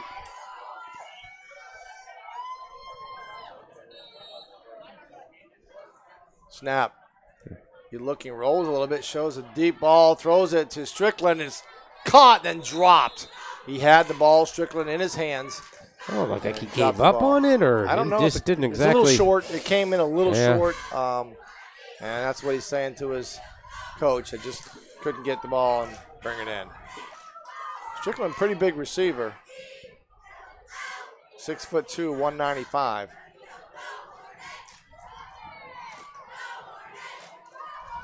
Clock stops now with that incompletion at 46 seconds, so it's going to be Lecanto football in their 10th possession. Huffman comes in, and Torres was going to come in, but he decided not to. I think you run this and get into the half and talk about what you can do defensively to slow them down in the second half if you're Greg Harper and the Panthers.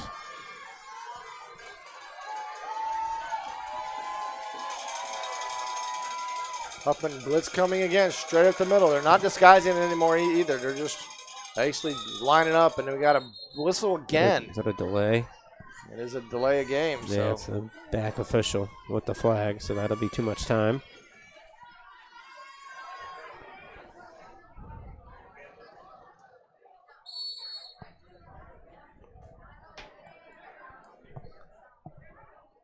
So here we go again. Moves it back 5 yards. 1st and 15 for the Panthers. Pitts moves over to the far sideline. Kopp in motion. Snap, toss, sweep to Kopp. He's going to throw a halfback pass. He throws it deep, and the player that was intended for number 6 stopped his route, Hayden Parker. Yeah, nothing happening on that one. And that's an incompletion and bring up 2nd down. Clock stops at 38 seconds left. They're really making the homecoming court hold off, aren't they? They are. They're over there sweating. And if you're watching us from any of the northern states, it's still in the 90s here. Not for long, though. Not for long. No, we're going to cool off this weekend. We got a couple weeks, yeah. Sunday we're going to be in the low 80s, I believe. So, ooh. Well, I'll take it. I'll take that too. Huffman. Blitz coming in. Green. Snap. Reed inside handoff to Pitts. He's going to break a couple tackles, cover up the ball, and then get down to the original line of scrimmage, and that should do it. Now we got a timeout.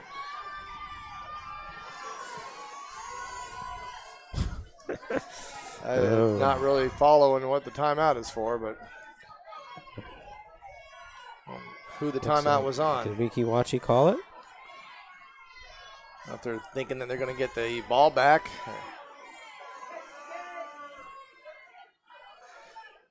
That timeout, we're going to take a real quick break, and we'll be right back. Sweetwater Homes is the premier builder on the Nature Coast, Florida, building quality homes since 1989. Whether you are looking for a retirement community, a home with beautiful natural surroundings, or a second home, Sweetwater Homes offers it all. We have various floor plans that take advantage of our unique area here on the Nature Coast of Florida, and our custom home planning can make your dreams come true. Visit us at sweetwaterhomes.com or call 352-382-4888. And we are back. 30 seconds left in this first half. And Lecanto trying to get out of here with no more points scored against them. Get into half and see if they can make some adjustments and get some points back on the board. Huffman looking for motion. Gets it inside. Green comes into the wing. Pitts. Things out. Toss sweep. That's to Nathan Kopp. Cuts back inside. Gets back to the middle of the line of scrimmage. And that should do it as we got another timeout. No, it does not do it. I can imagine what Coach Harper is thinking over there as he's pacing the sidelines. I don't think he's... It was called on from Jacob Gray. Yeah, he's wanting to get this ball back at 4th down and try another shot into the end zone.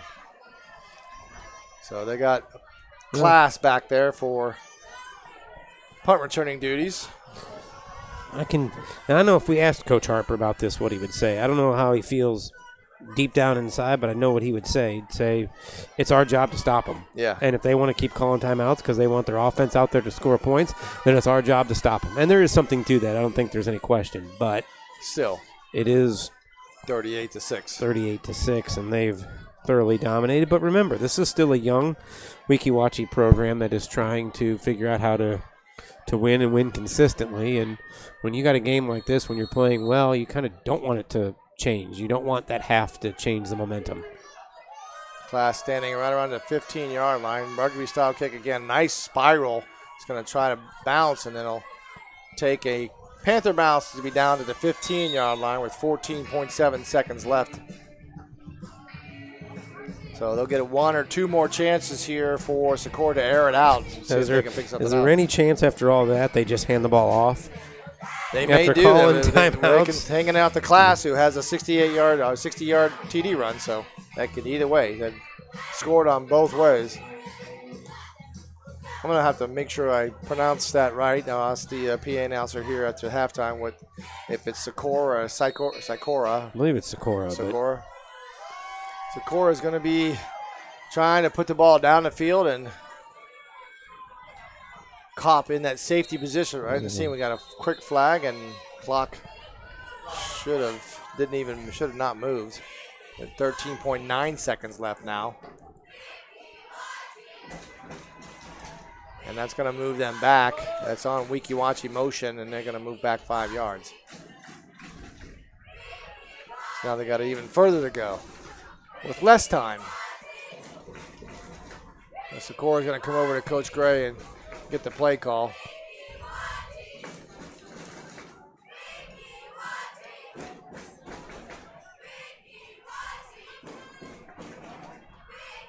So again, we want to thank our sponsors for letting us be on air and live streaming high school football. Eagle Buick. South Sumter with a fake punt, and they've got the ball inside the Crystal River 40.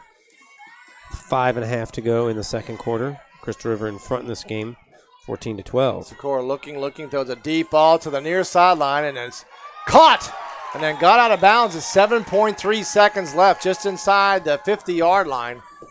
And that's number 13, David Richards. One of his favorite hookups. You got it out to midfield from the shadow of your own goal line, and now you've got a chance to, I guess, try and throw it to the end zone, right? Not sure his arm would reach it there, but they may have that hook and ladder play back in their repertoire here. We have seen it. It worked once tonight.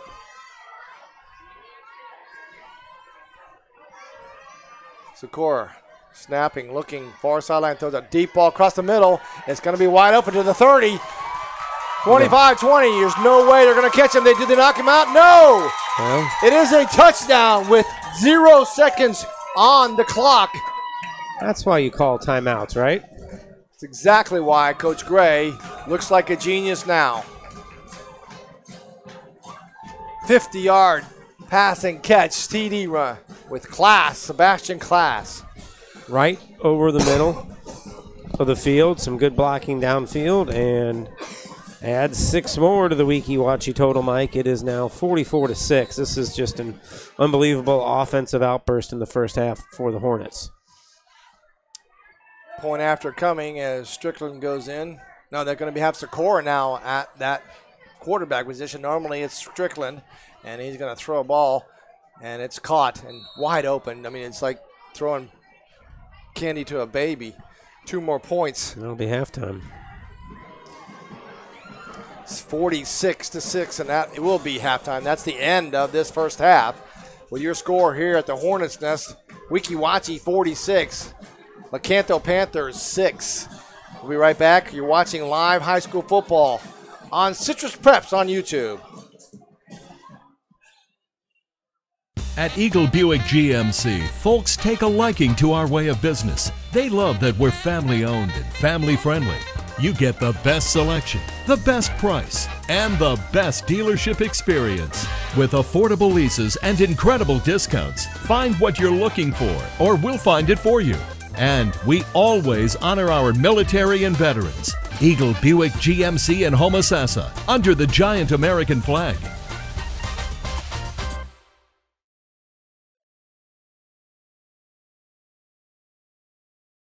Sweetwater Homes is the premier builder on the Nature Coast of Florida, building quality homes since 1989. Whether you are looking for a retirement community, a home with beautiful natural surroundings, or a second home, Sweetwater Homes offers it all. We have various floor plans that take advantage of our unique area here on the Nature Coast of Florida, and our custom home planning can make your dreams come true. Visit us at sweetwaterhomes.com or call 352-382-4888.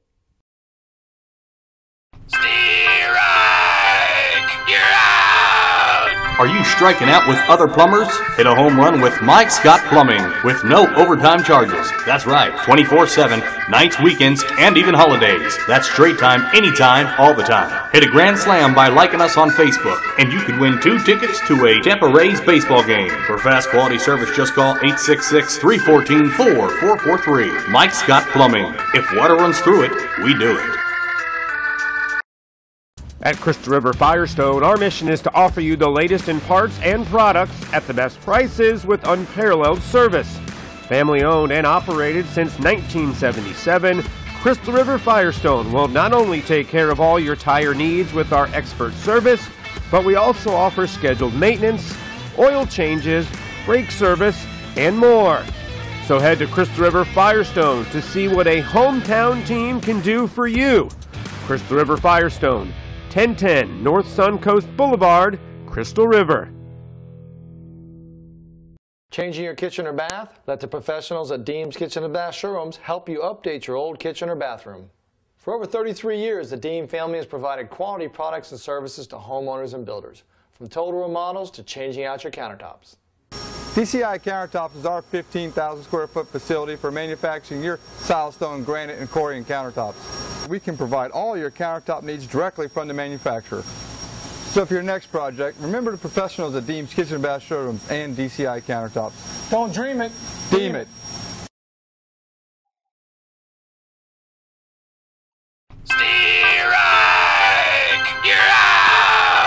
Are you striking out with other plumbers?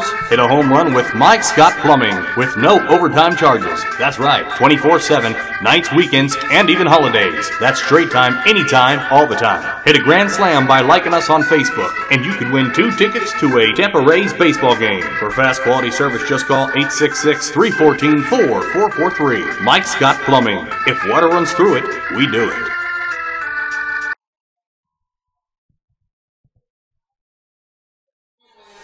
Welcome back to Citrus Preps Live High School Football. We are at half here at Wachee High School as the Hornets are celebrating homecoming, and they are celebrating it happily, 46-6 over Lecanto, as Mike Deem joins me now. And Mike, nothing that we expected, except, I mean, we knew Wachee was going to throw the football and that they had an opportunity to make some plays, but we really felt Lecanto would be able to keep them more east-west, not as much north-south, throwing the football, big plays, turnovers, mistakes by Lecanto. And just when it looked like that they'd kind of gotten some momentum back, cutting into that lead with their first touchdown, they give up a big play, and it has just snowballed. And, I mean, the last minute and a half of the first half kind of summed it up. I mean, a big play by Wachee for a touchdown, short kickoff. Lecanto, and then Lecanto gets the ball back on the turnover. They have to punt it. A penalty. Wachee's backed up near their own goal line. 2 plays later, they're in the end zone as time expires. Just everything that went sloppy. Yeah, it was not a good first half for Lecanto at all. There's really no way to put a positive spin on that first half from an offense or defensive standpoint. No question. Normally Lecanto's defense tends to stand up a little bit and kind of shore them up, and the offense was the one that was lacking on scoring and scoring ability. But the defense has actually even looked worse this tonight, and I'm trying to do it, not mince words, but at the same time, not down bash them, but the issue is that they're missing tackles, they're missing assignments, they're wide open receivers. And that's a mental, and it's coming off a break. I mean, you're getting a bye week, and you're coming off. Maybe that hurt them. Maybe not playing on on the week that they think they are. Maybe it hurts them. And we had the hurricane, coming through here, so that. Who knows how that works? Coach Harper buys that. Huh? I don't think Coach Harper buys that at all. I don't know. I know he won't. They should have been ready and prepared for this. Yeah. And again, it's not a physical thing. I mean, man for man, Wachee is not 40 points better than Lecanto. Yeah. It's all about execution, focus, and being ready to play, and that's what Lecanto's not happening right now. Not happening right now. I'm not sure exactly what they can do to try to get back into this game. They're going to have to hold them a couple of series and be able to stop the high-power offense of Wachee and their quarterback, Mr. Sikora. Vaughn Sikora, I'm not sure of the stats right now, but he's got to be throwing for at least 150, 200 yards in the first half. He's got 2 pass plays that are over 60 yards, so you're talking 120 there. So you're already probably at 200 yards with all the passes he's thrown. It's really important for the issue I see is that they don't have any pass rush at all to give him pressure because he is hobbled, and that can make a difference. If you get pressure on him, he can throw some bad passes and have some turnovers, but they can't get pressure on him. He's standing still in the pocket for the most part, but they did get the ball out quick early, which was, I think, part of the game plan, right? Get the ball out, give him some time, and then when they got that settled in, they were able to go a little deeper, and he hasn't had much pressure. When he has, he's been able to avoid it. Well, I'm going to have to give some kudos to Coach Gray for the Hornets of calling those timeouts, but also lining up those plays, those seam routes right in the middle of the field are where Sikora was going, and it just was wide open. There's no safety play coming from that switch over when they try to switch a player coming across the middle, and they just couldn't do it for Lecanto. So Coach Gray recognized that, made sure he wanted to get a couple calls in there at the end, called some timeouts, and just kind of laid it on him and called those plays for touchdowns, really, the seam routes that they had. So Lecanto has a hard road to come back to this, and I can see Coach there demonstrative right now and giving them some schooling out there as they're gathered in the far end zone for this homecoming night for the Hornets. The Panthers are basically kind of looking at a hard road to get back on. As far as the Hornets goes, we're not sure what they'll be doing, but they maybe get some people in to, get some playing time here. We'll see what happens if they keep Sikora in. I would assume they would. As a junior, he needs to get as much experience as he can, and we'll see what they do. But we're going to take another break. We'll come back. It is homecoming, so we'll maybe show you a little bit of the Hornets homecoming court here, and we'll come back with the final halftime comments and get ready for the second half here at Citrus Prep's High School Football Game of the Week. At Eagle Buick GMC, folks take a liking to our way of business. They love that we're family-owned and family-friendly. You get the best selection, the best price, and the best dealership experience. With affordable leases and incredible discounts, find what you're looking for, or we'll find it for you. And we always honor our military and veterans. Eagle Buick GMC in Homosassa, under the giant American flag.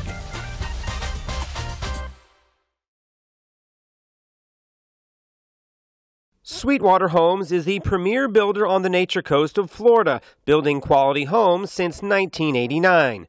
Whether you are looking for a retirement community, a home with beautiful natural surroundings, or a second home, Sweetwater Homes offers it all. We have various floor plans that take advantage of our unique area here on the Nature Coast of Florida, and our custom home planning can make your dreams come true.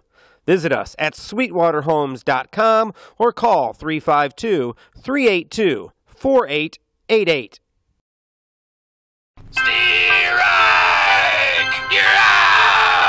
Are you striking out with other plumbers? Hit a home run with Mike Scott Plumbing with no overtime charges. That's right, 24/7, nights, weekends, and even holidays. That's straight time, anytime, all the time. Hit a grand slam by liking us on Facebook, and you can win 2 tickets to a Tampa Rays baseball game. For fast quality service, just call 866-314-4443. Mike Scott Plumbing. If water runs through it, we do it. At Crystal River Firestone, our mission is to offer you the latest in parts and products at the best prices with unparalleled service. Family owned and operated since 1977, Crystal River Firestone will not only take care of all your tire needs with our expert service, but we also offer scheduled maintenance, oil changes, brake service, and more. So head to Crystal River Firestone to see what a hometown team can do for you. Crystal River Firestone, 1010 North Suncoast Boulevard, Crystal River. Changing your kitchen or bath? Let the professionals at Deems Kitchen and Bath Showrooms help you update your old kitchen or bathroom. For over 33 years, the Deem family has provided quality products and services to homeowners and builders, from total remodels to changing out your countertops. DCI Countertops is our 15,000 square foot facility for manufacturing your silestone, granite, and Corian countertops. We can provide all your countertop needs directly from the manufacturer. So for your next project, remember the professionals at Deems Kitchen and Bath Showrooms and DCI Countertops. Don't dream it. Deem it. And we welcome you back into live high school football here at Citrus Preps every Friday night game of the week. Tonight's team is the Lecanto Panthers traveling down to the Weeki Wachee Hornets, where the Weeki Wachee Hornets are dominating, leading 46-6 here at halftime. It is homecoming here at the Hornets' Nest, as they call it. I'll give you some updates real quick, Mike, on some other scores. About ready to kick off in the third. Citrus ahead of Nature Coast 7-6. Huge game in the district standings. Huge game, obviously, for Crystal River as well, as they're kind of keeping an eye on this one. As Citrus, Zaire Wilcox with the touchdown. Nature Coast returned the ensuing kickoff for a touchdown, but missed the extra point.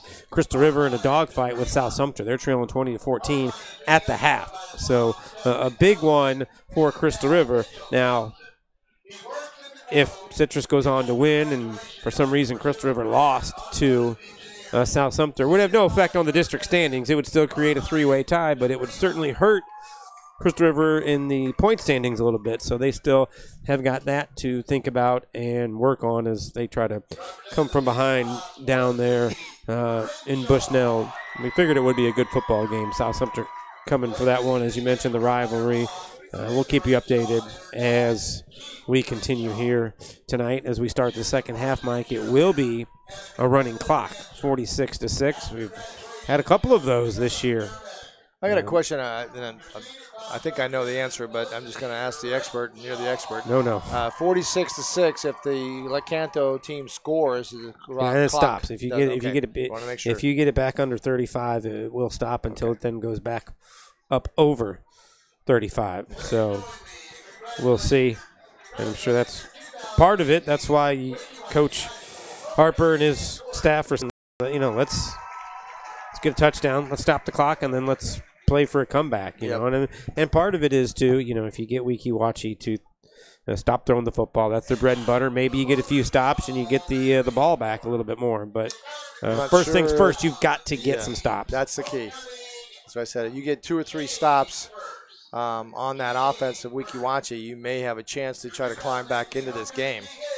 But they, if they've shut down the pass or the pass has not worked for Weeki Wachee, Sebastian Class has been Class 1A with his running ability tonight.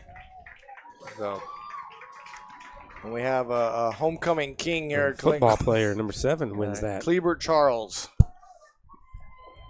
Taking off the football helmet for the He's got King's crown. And now we've got a homecoming. I think Mr. Class is standing next to him saying, what do I got to do? How many more touchdowns do I have to score? Well, I think the voting's ahead of time. That's funny.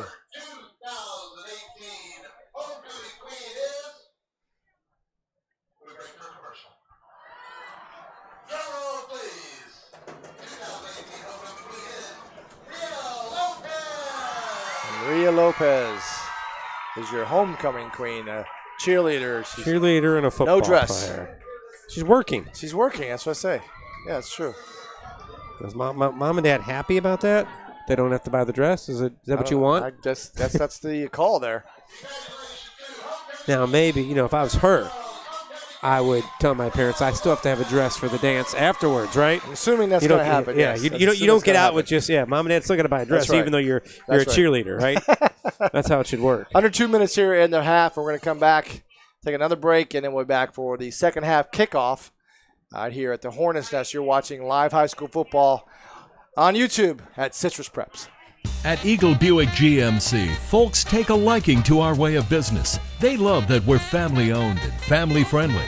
You get the best selection, the best price, and the best dealership experience.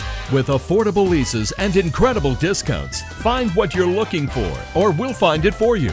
And we always honor our military and veterans. Eagle Buick GMC in Homosassa, under the giant American flag.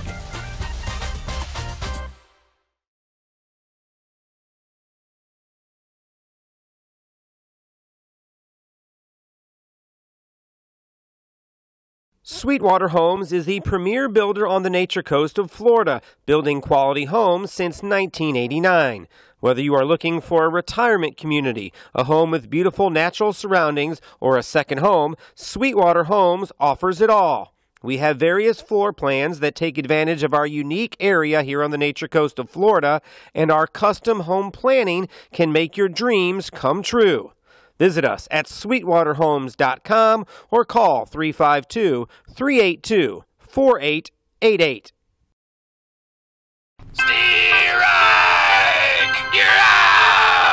Are you striking out with other plumbers? Hit a home run with Mike Scott Plumbing with no overtime charges. That's right, 24/7, nights, weekends, and even holidays. That's straight time, anytime, all the time. Hit a grand slam by liking us on Facebook, and you can win 2 tickets to a Tampa Rays baseball game. For fast quality service, just call 866-314-4443. Mike Scott Plumbing. If water runs through it, we do it.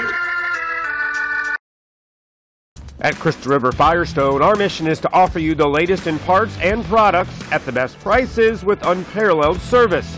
Family owned and operated since 1977, Crystal River Firestone will not only take care of all your tire needs with our expert service, but we also offer scheduled maintenance, oil changes, brake service, and more. So head to Crystal River Firestone to see what a hometown team can do for you. Crystal River Firestone, 1010 North Suncoast Boulevard, Crystal River. Changing your kitchen or bath? Let the professionals at Deems Kitchen and Bath Showrooms help you update your old kitchen or bathroom.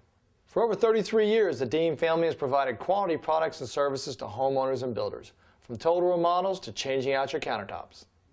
DCI Countertops is our 15,000 square foot facility for manufacturing your silestone, granite, and Corian countertops. We can provide all your countertop needs directly from the manufacturer. So for your next project, remember the professionals at Deems Kitchen and Bath Showrooms and DCI Countertops. Don't dream it. Deem it. And we are back. Live high school football here on YouTube at Citrus Preps. Appreciate you joining in. I'm Mike Deem, partner Brett Knutson, as we get ready for the second half kickoff here at the Hornets Nest live from Weeki, Wachee. 46-6, as you can see the scoreboard on our screen. Been a dominating effort by the Hornets offense. Yeah, they And have a less than dominating effort by the Panthers defense. And they've got to step it up here to try to get back into this game by having a few quick stops. Now they deferred, they won the toss and deferred the kick to the second half, so they'll get the ball to start the second half.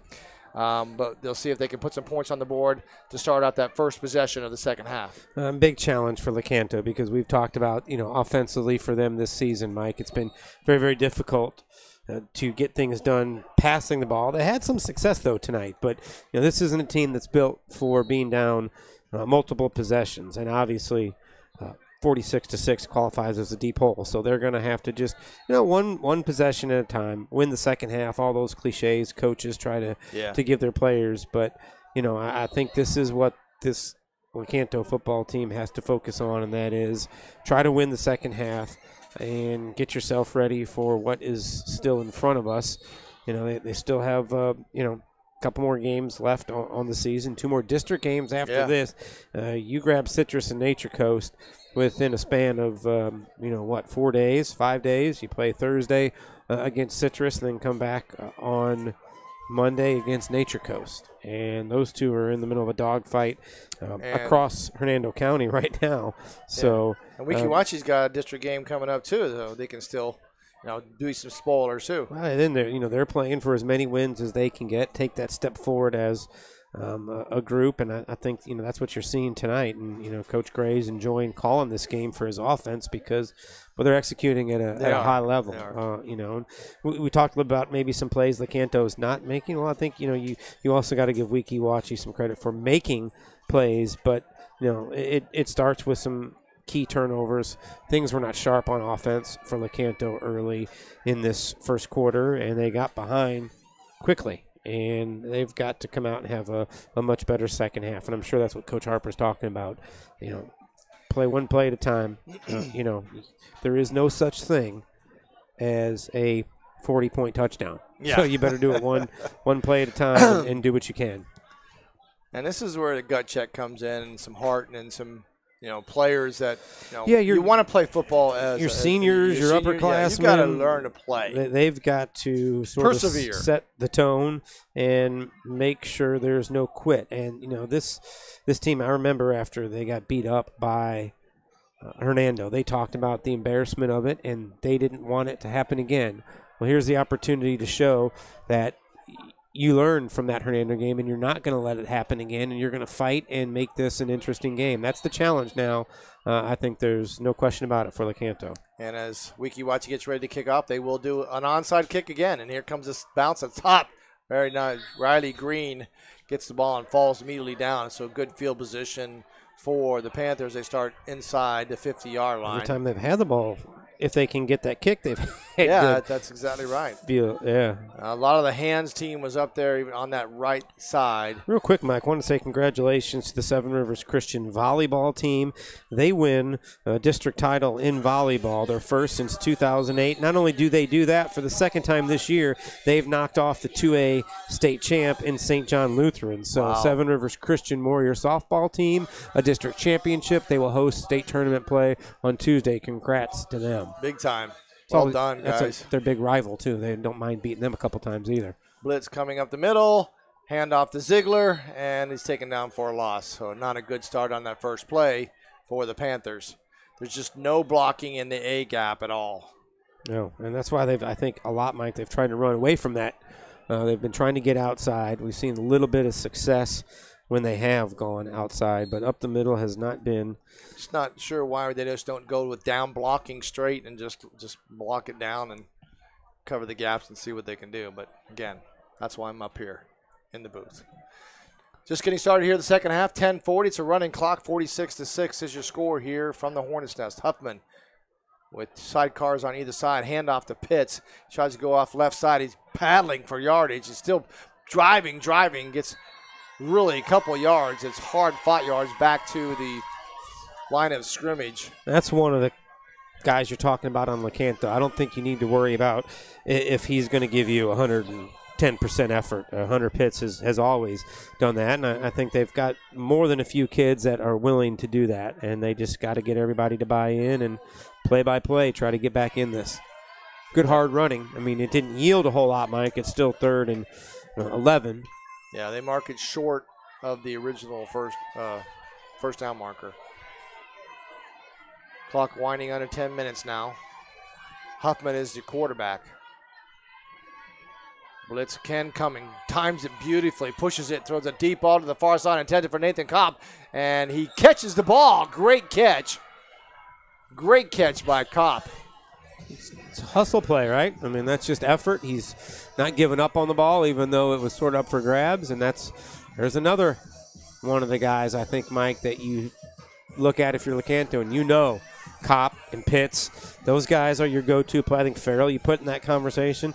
Those are the guys that are going to continue to give you the effort. And if you have leaders like that, it's easier for those other young men to follow, and that's a big play for the Lecanto offense as they try to get on the board here in the second half. And remember, Mike, if you do, you stop that running clock.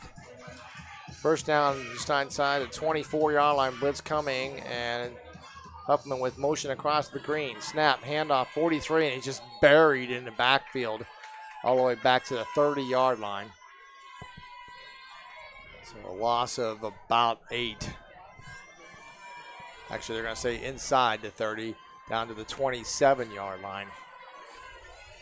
28, so 2nd and 15.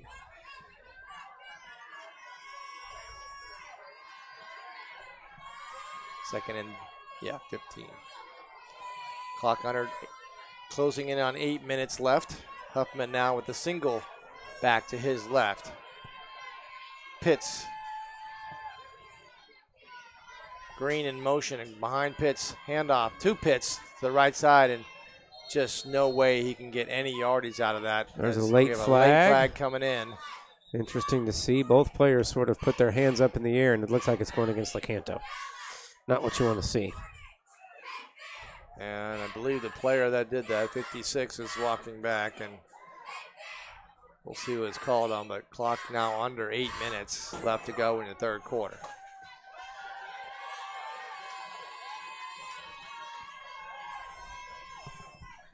And the clock continues to run as they work this out. Personal foul against Lecanto. Walk it off 15 yards, so just puts them back in a deeper hole. Silly. Don't need it. Ball's placed down at the 46-yard line. Sorry, about the 46.5-yard line. So 2nd and 27, 26 yards. Clock down now, under 7 minutes to go in the third quarter. Do want to recognize our sponsors for this year's game of the week. Absolutely. Firestone in Crystal River, Sweetwater Homes in Homosassa, Mike Scott Plumbing in Hernando, and our major sponsor, Eagle Buick GMC and Russ Baldner, a great purveyor of high school sports. And Nathan Kopp's going to take a pitch. You're going to throw a deep ball, and it's wide, way down on the sideline, far sideline, and intended for Riley Green. And I think Nathan Kopp threw that almost 45 yards in the air, but it was incomplete. Clock continuing to run because it is a running clock. It'll be 4th down for Lecanto. No reason to punt here, so just go ahead and give it a shot. Go for it. Huffman getting to play as Pitts comes out. Bresnahan in now. And we've got a water break, and we're going to take a quick break right here. You're watching Citrus Preps Live High School Football on YouTube. At Eagle Buick GMC, folks take a liking to our way of business. They love that we're family owned and family friendly. You get the best selection, the best price, and the best dealership experience. With affordable leases and incredible discounts, find what you're looking for, or we'll find it for you. And we always honor our military and veterans. Eagle Buick GMC in Homosassa, under the giant American flag. And we are back live. High school football on YouTube at Citrus Preps. Join us each and every week, our 8th week here, going strong this year. First year of our existence. And we appreciate everybody that's tuned in, subscribed to our channel, and been able to watch high school football from their living room couch. And we've got people that are watching from Massachusetts all the way down, and we've got a punt here, and Riley Green tries to down it inside the 10, which they do. So they marked it down inside the 9-yard line. Be 1st and 10 for the Hornets. See how they come out and see what they do, see if they become aggressive or they just kind of try to kill the clock, which is the clock is a running clock right now. But again, this is our first year, and if you want to subscribe, go onto YouTube, click the subscribe button. You'll get notifications of our podcast on all the high schools in our Citrus County. Yeah, getting ready to put together the schedule for high school basketball, boys and girls. Of course, the other winter sports as well. We'll be keeping you updated. Not quite finished with fall sports, as we mentioned. There's still some postseason play in volleyball. Also, we talked about on our podcast, congratulations, the girls cross-country county champs for Citrus. Boys from Lecanto, county champs. Jacob Hensley, county champ on the boys' side in cross-country. So it's been a pretty good year so far. And there's a great run as he keeps on battling. I'm trying to see who ran the ball there, and I think it's the homecoming king, number 7, Keebert Charles, and it was as a handoff to Strickland. Got to give him the ball, right? Yeah, he's won the homecoming.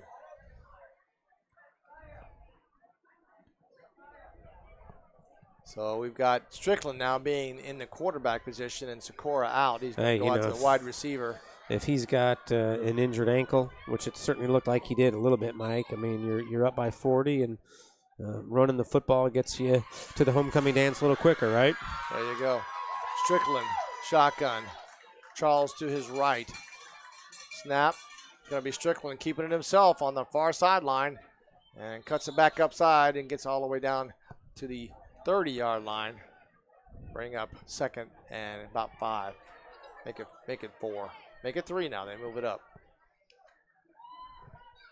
Clock now winding down. 3 minutes and 30 seconds left in the third quarter. Score still 46-6. You can see it on the screen. Running clock.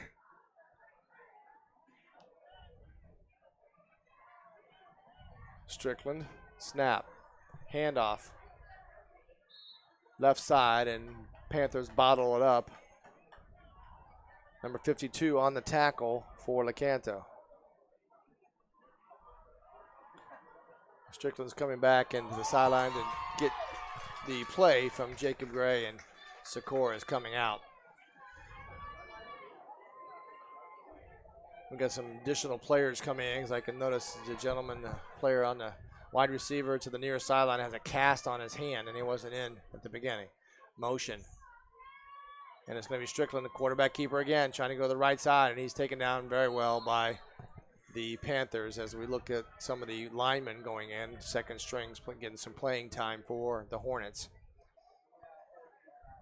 Good job by Lecanto to stay strong on that one, stringing outside. I mean, I think defensively you kind of have a pretty good idea of what's coming, so yeah, you got to make sure you just don't fall asleep and they don't sneak a pass in there, but pay attention, take care of business. We're going to get a punt by Strickland now as Bresnahan goes back to his own 37-yard line, standing there waiting for the kick. Clock running, just about to reach 2 minutes left in the third quarter. Snap high, and we got a quick whistle before the snap, and it's play is called deep. Nature Coast leads Citrus 13-7, heading into the fourth. So a huge quarter of football for Nate Varnador and the Canes. You pick up a win, and I think you still have a shot at postseason play. Still some things have to work out, but I think if they realize if they lose, not gonna not going to work out. Well, we kind of figured that Citrus defense would step up a little bit. And they've been playing really well. good lately, absolutely.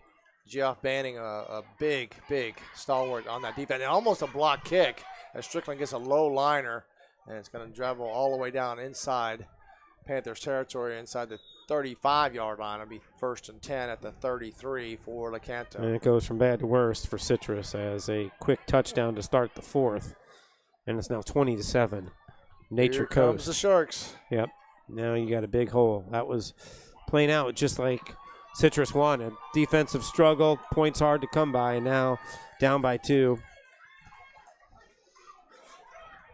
Clock winding down under 1 minute now, so Lecanto may get one more playoff here. One thing you say about Nature Coast over the last few years that we've seen them, Mike, I mean, they've been a really good team. They've dominated a lot of teams, but when they've been in close games, they find ways to win. I mean, they still make plays. It's not a team that's just a bunch of front runners, and you feel like if you get them in the 4th quarter, you're going to beat them because they're not ready. They finish off pretty good.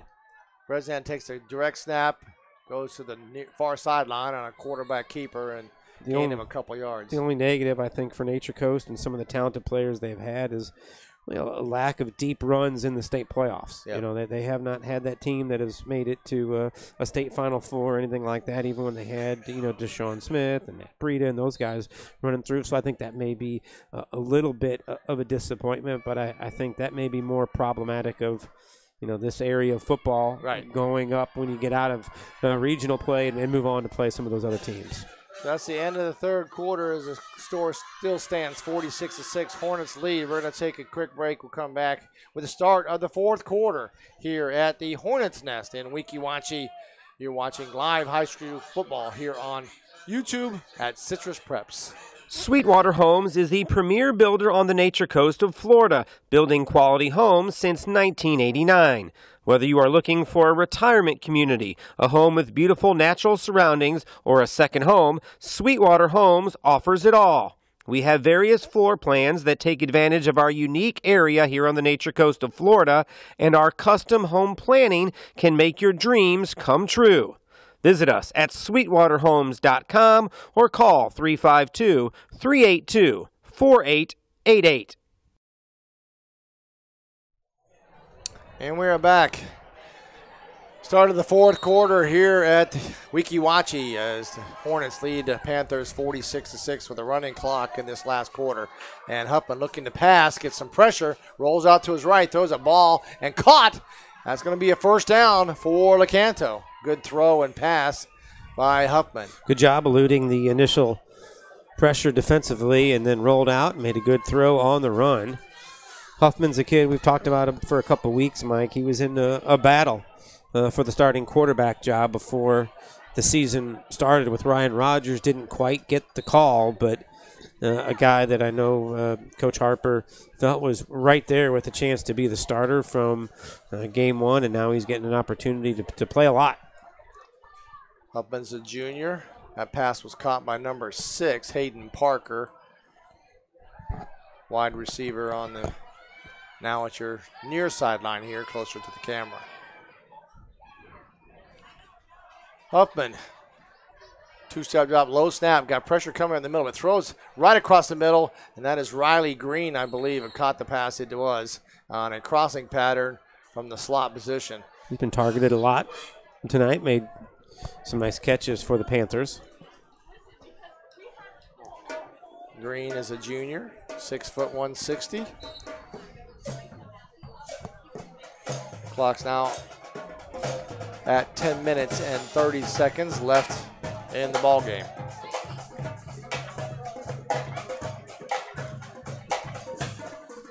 So you know that they're passing more likely. It's getting some blitz. Everything is blitz. Every down, the Hornets have blitzed the middle linebackers through the gap. And there's a jump right there, and that's going to be offsides. And it's going to be a quick 5.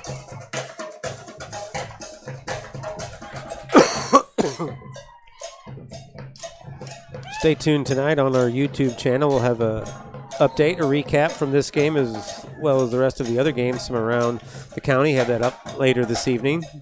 Check out some highlights of this ball game. Green goes in motion to the far sideline. Huffman, low snap, looks at pressure, wide open on the far sideline, caught. And that's a first down for Lecanto. That's Green again, I believe, on the catch. It was. I believe. Seems to have a good night. He does. He's probably got at least 6 catches. I'm not sure of his yardage.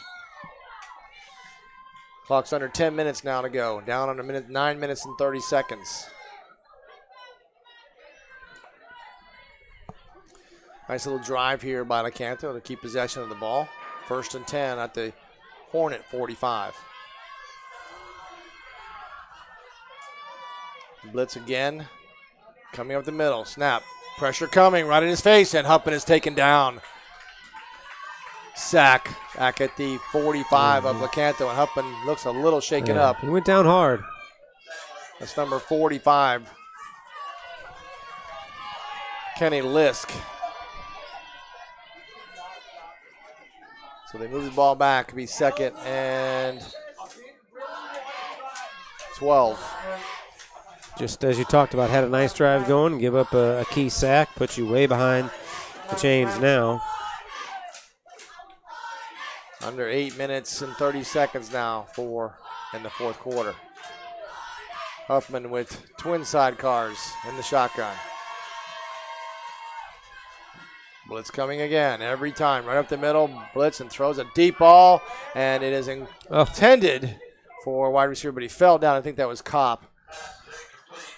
And that was covered by number 3, I think, Sebastian Klaas. Number 13, I'm sorry, David Richards.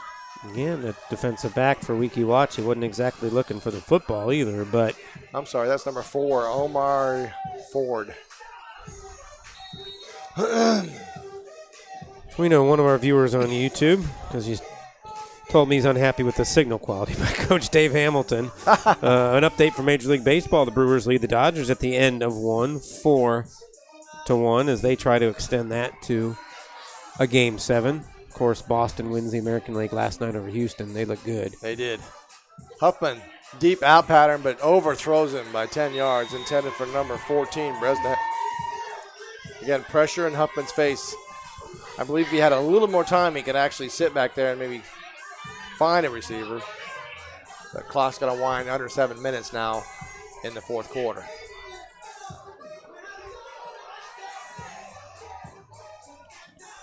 No scores at all in the second half by either team.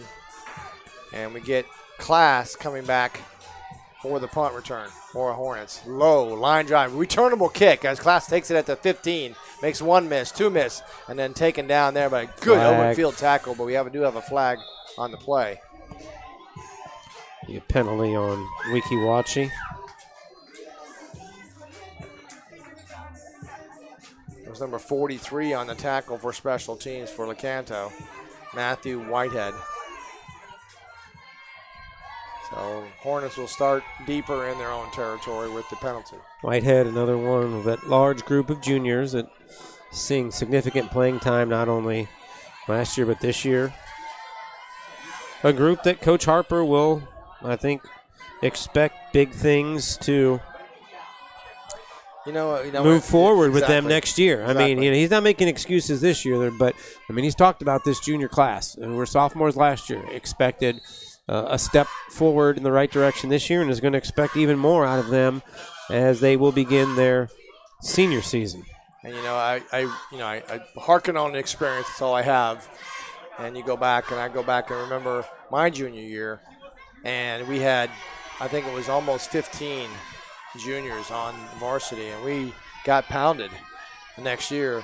That pounding can come back and help you. Sure learn can. how to well, win. We've talked about Crystal River all year long, and I will always go back to that group of 11 seniors who had so much success going up through middle school and JV football, and even had some of them had a fair amount of success as underclassmen on the varsity. I mean, as sophomores, they made it to the state playoffs, but a step maybe backwards a year ago, and I think, in talking to several of them this year, they sort of realized that this is it. This is the last chance.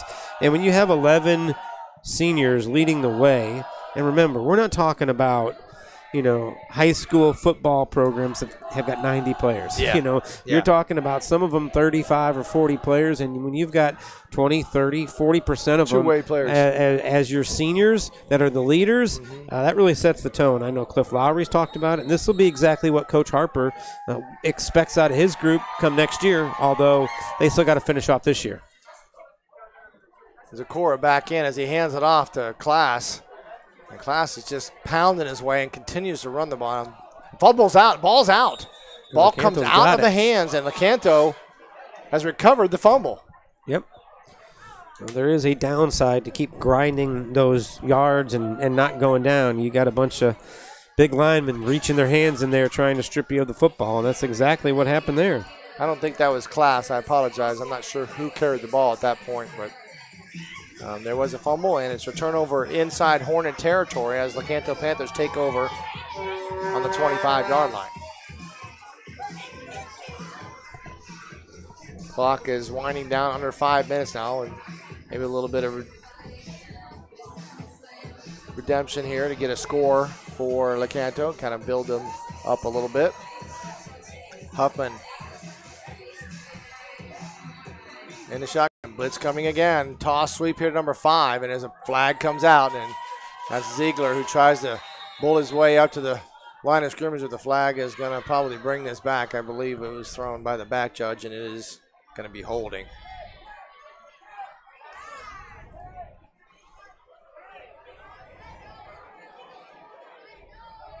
Chop block now. It's going to be a sloppy play continues for Crystal River as they forced a punt, and then they fumble it back to the Raiders, and South Sumter then fumbles it right back to Crystal River. So appreciate David Brambott with the update. 6:32 left in the third. It's 20-14. South Sumter is in front. Is it raining over there? That's not going to make Coach Lowry happy because he's talked about it the last couple of weeks, the wins over Central and Lecanto. There was mistakes, there was turnovers, there were things that he wasn't real happy with, and certainly seems like some of that has continued again this week. That can't happen as you get ready for state playoff play, and they got a good chance to be there. You got to clean that up. 2nd and 10, Huffman throws a deep ball to the far corner of the end zone, and it's almost picked off. Covered there by number 4, Forte.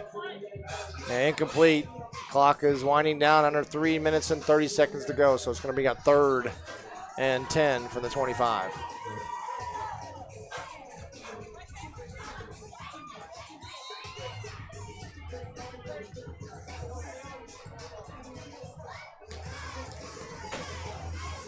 Panthers trying to move the ball in the air, just not being able to get any time for Huffman to pass as the blitz has come every single down. Coach Gray has decided to just pressure. And it's going to be cross pattern and caught. A good pass, and it's going to be Bresnahan. It looks like he's going to get in the end zone. And he fumbled it, but he gets in. He did fumble it. He got in the end zone. So 6 points. I believe that's Bresnahan. I can't see the number. But a slant pattern thrown pretty well by Huffman. I don't know why the clock is still running, right? Clock is down to 2 minutes and 30 seconds. They're going to go for 2 here, so it's 46-12. Clock should stop. Unless I was wrong. We did have an official tell us that early this year, but that it was 14. Bresnahan, I think, with the touchdown. It's going to be Huffman again. Toss sweep to Ziegler, but he cuts it back inside. Does he get it? Pushing. They're still going. And he does get it. Conversion is good for the Panthers as they get 2 more points on the board. It's 46-14 with 1:55 and counting. The clock is continuing to run. They do not stop the clock. Maybe they're not supposed to. I could have been wrong. So the Hornets may get time to get 1 more play in if they get lined up and get the kick. Clock is down in under 1 minute and 30 seconds now. Well, if you're Lecanto, with that, onside you have kick. a chance to win the second half, there right? There you go. That's right. The only points scored in the second half were by the Panthers. So I would assume this would be an onside kick also for Lecanto to try to get one more opportunity on offense. Clock is now winding down to 1 minute left. And they pooch it, high kick, and it's taken, but it's fumbled and caught, and it goes out of bounds. Clock is now under 1 minute. They'll maybe get time for one play in with the Hornets as the clock is now at 45 seconds. So a good win for Weeki Wachee as they pick up another district victory. We talked about after the tough go a year ago, and now for Lecanto, it's kind of back to the drawing board and get ready. Sikora handing off to Class. He goes off the left end, cuts back inside, and he's taken down about a gain of about 6. Clock's going to wind under 20 seconds now. I don't think they're going to get another play off. I don't even know if they want to, but we'll see. And they're not. They're going to let it run out. And that should be the ball game here as we're under 10 seconds now to go. And that'll be the ball game. And the final score here from the Hornets death where Weeki Wachee Hornets defeat the Lecanto Panthers 46-14 on homecoming night. And they blow them out in the first half, score all their points in the first half. Lecanto gets a score in the second half. We'll be right back. You're watching live high school football on Citrus Preps at YouTube with the post-game comments coming right up.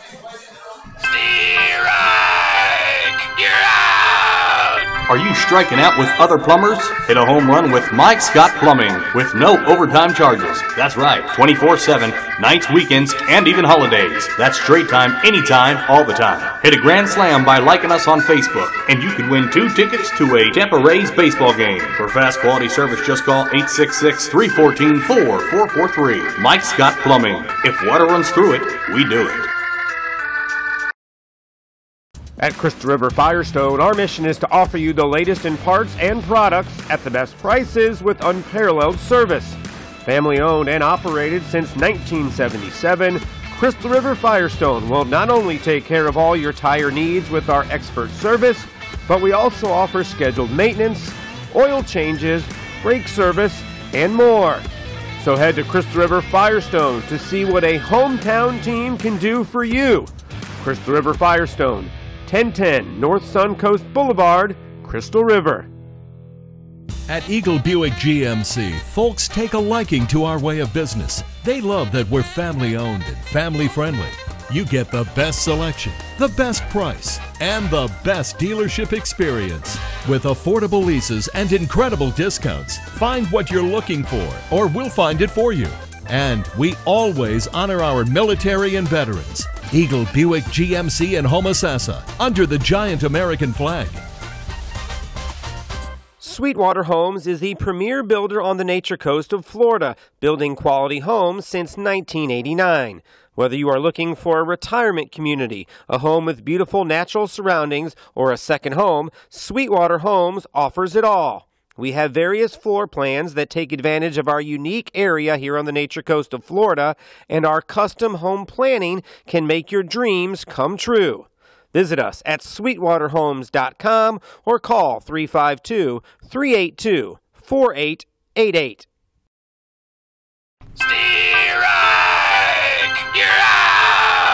Are you striking out with other plumbers? Hit a home run with Mike Scott Plumbing with no overtime charges. That's right, 24/7, nights, weekends, and even holidays. That's straight time, anytime, all the time. Hit a grand slam by liking us on Facebook, and you could win 2 tickets to a Tampa Rays baseball game. For fast quality service, just call 866-314-4443. Mike Scott Plumbing. If water runs through it, we do it. And we welcome you back into live high school football here on YouTube with Citrus Preps. Tonight's contest, Weeki Wachee Hornets defeat the Lecanto Panthers 46-14, and not as close as we thought it would be coming in. We thought the defense would have a little bit of a challenge, but we didn't think it would be that big of a score, especially with 2 quick scores in that first quarter. Kind of put the Panthers down. Yeah, turnovers early on for Lecanto. Big plays by Weeki Wachee all night long, and they got it done with the passing attacks and big plays, running the football as well. Got Lecanto behind early, and just were able to dominate this one. And as you said, Mike, this is not what we anticipated. We thought this was going to be a 4-quarter game, go right down to it, but obviously, give Weeki Wachee credit for coming out, taking control early, never letting off the gas. They did it all the way to the end of the first half and pick up a big district victory. So I don't know if we have any other scores coming over from Citrus and last we had was 20-7. It was Nature Coast in front. That was in the fourth quarter, and it was South Sumter ahead of Crystal River, 20-14. That game in the third quarter as well. So that's the latest updates we have from the other scores around the county tonight. But tough one for Lecanto. Looks like it'll be a tough one for Citrus, and Crystal River still fighting for a victory tonight at South Sumter. And for Crystal River, again, probably does not factor into the district standings anymore, as it looks like Nature Coast is about ready to pretty much clinch that one. And but for Crystal River, you want to keep winning as many football games as you can, and they need to pick up a win to keep those points moving in the right direction and assure themselves one of those wild card spots in Class 5A. Points matter. Yep. Points do matter. Wins add up. That's right. I was just counting before we get going here, and then you'll see Lecanto, and you're talking about next year, just as Chris River did, 18 juniors on this squad for Lecanto Panthers. So hopefully they'll get some experience and just step up for next year for seniors. Absolutely, and there'll be a lot expected of them. All right, from Brett Newsom, my partner, and Mike Team, I am going to be out of here. We'll see you next week on Friday night's Game of the Week here on YouTube at Citrus Preps. Thanks for tuning in. We'll see you next week.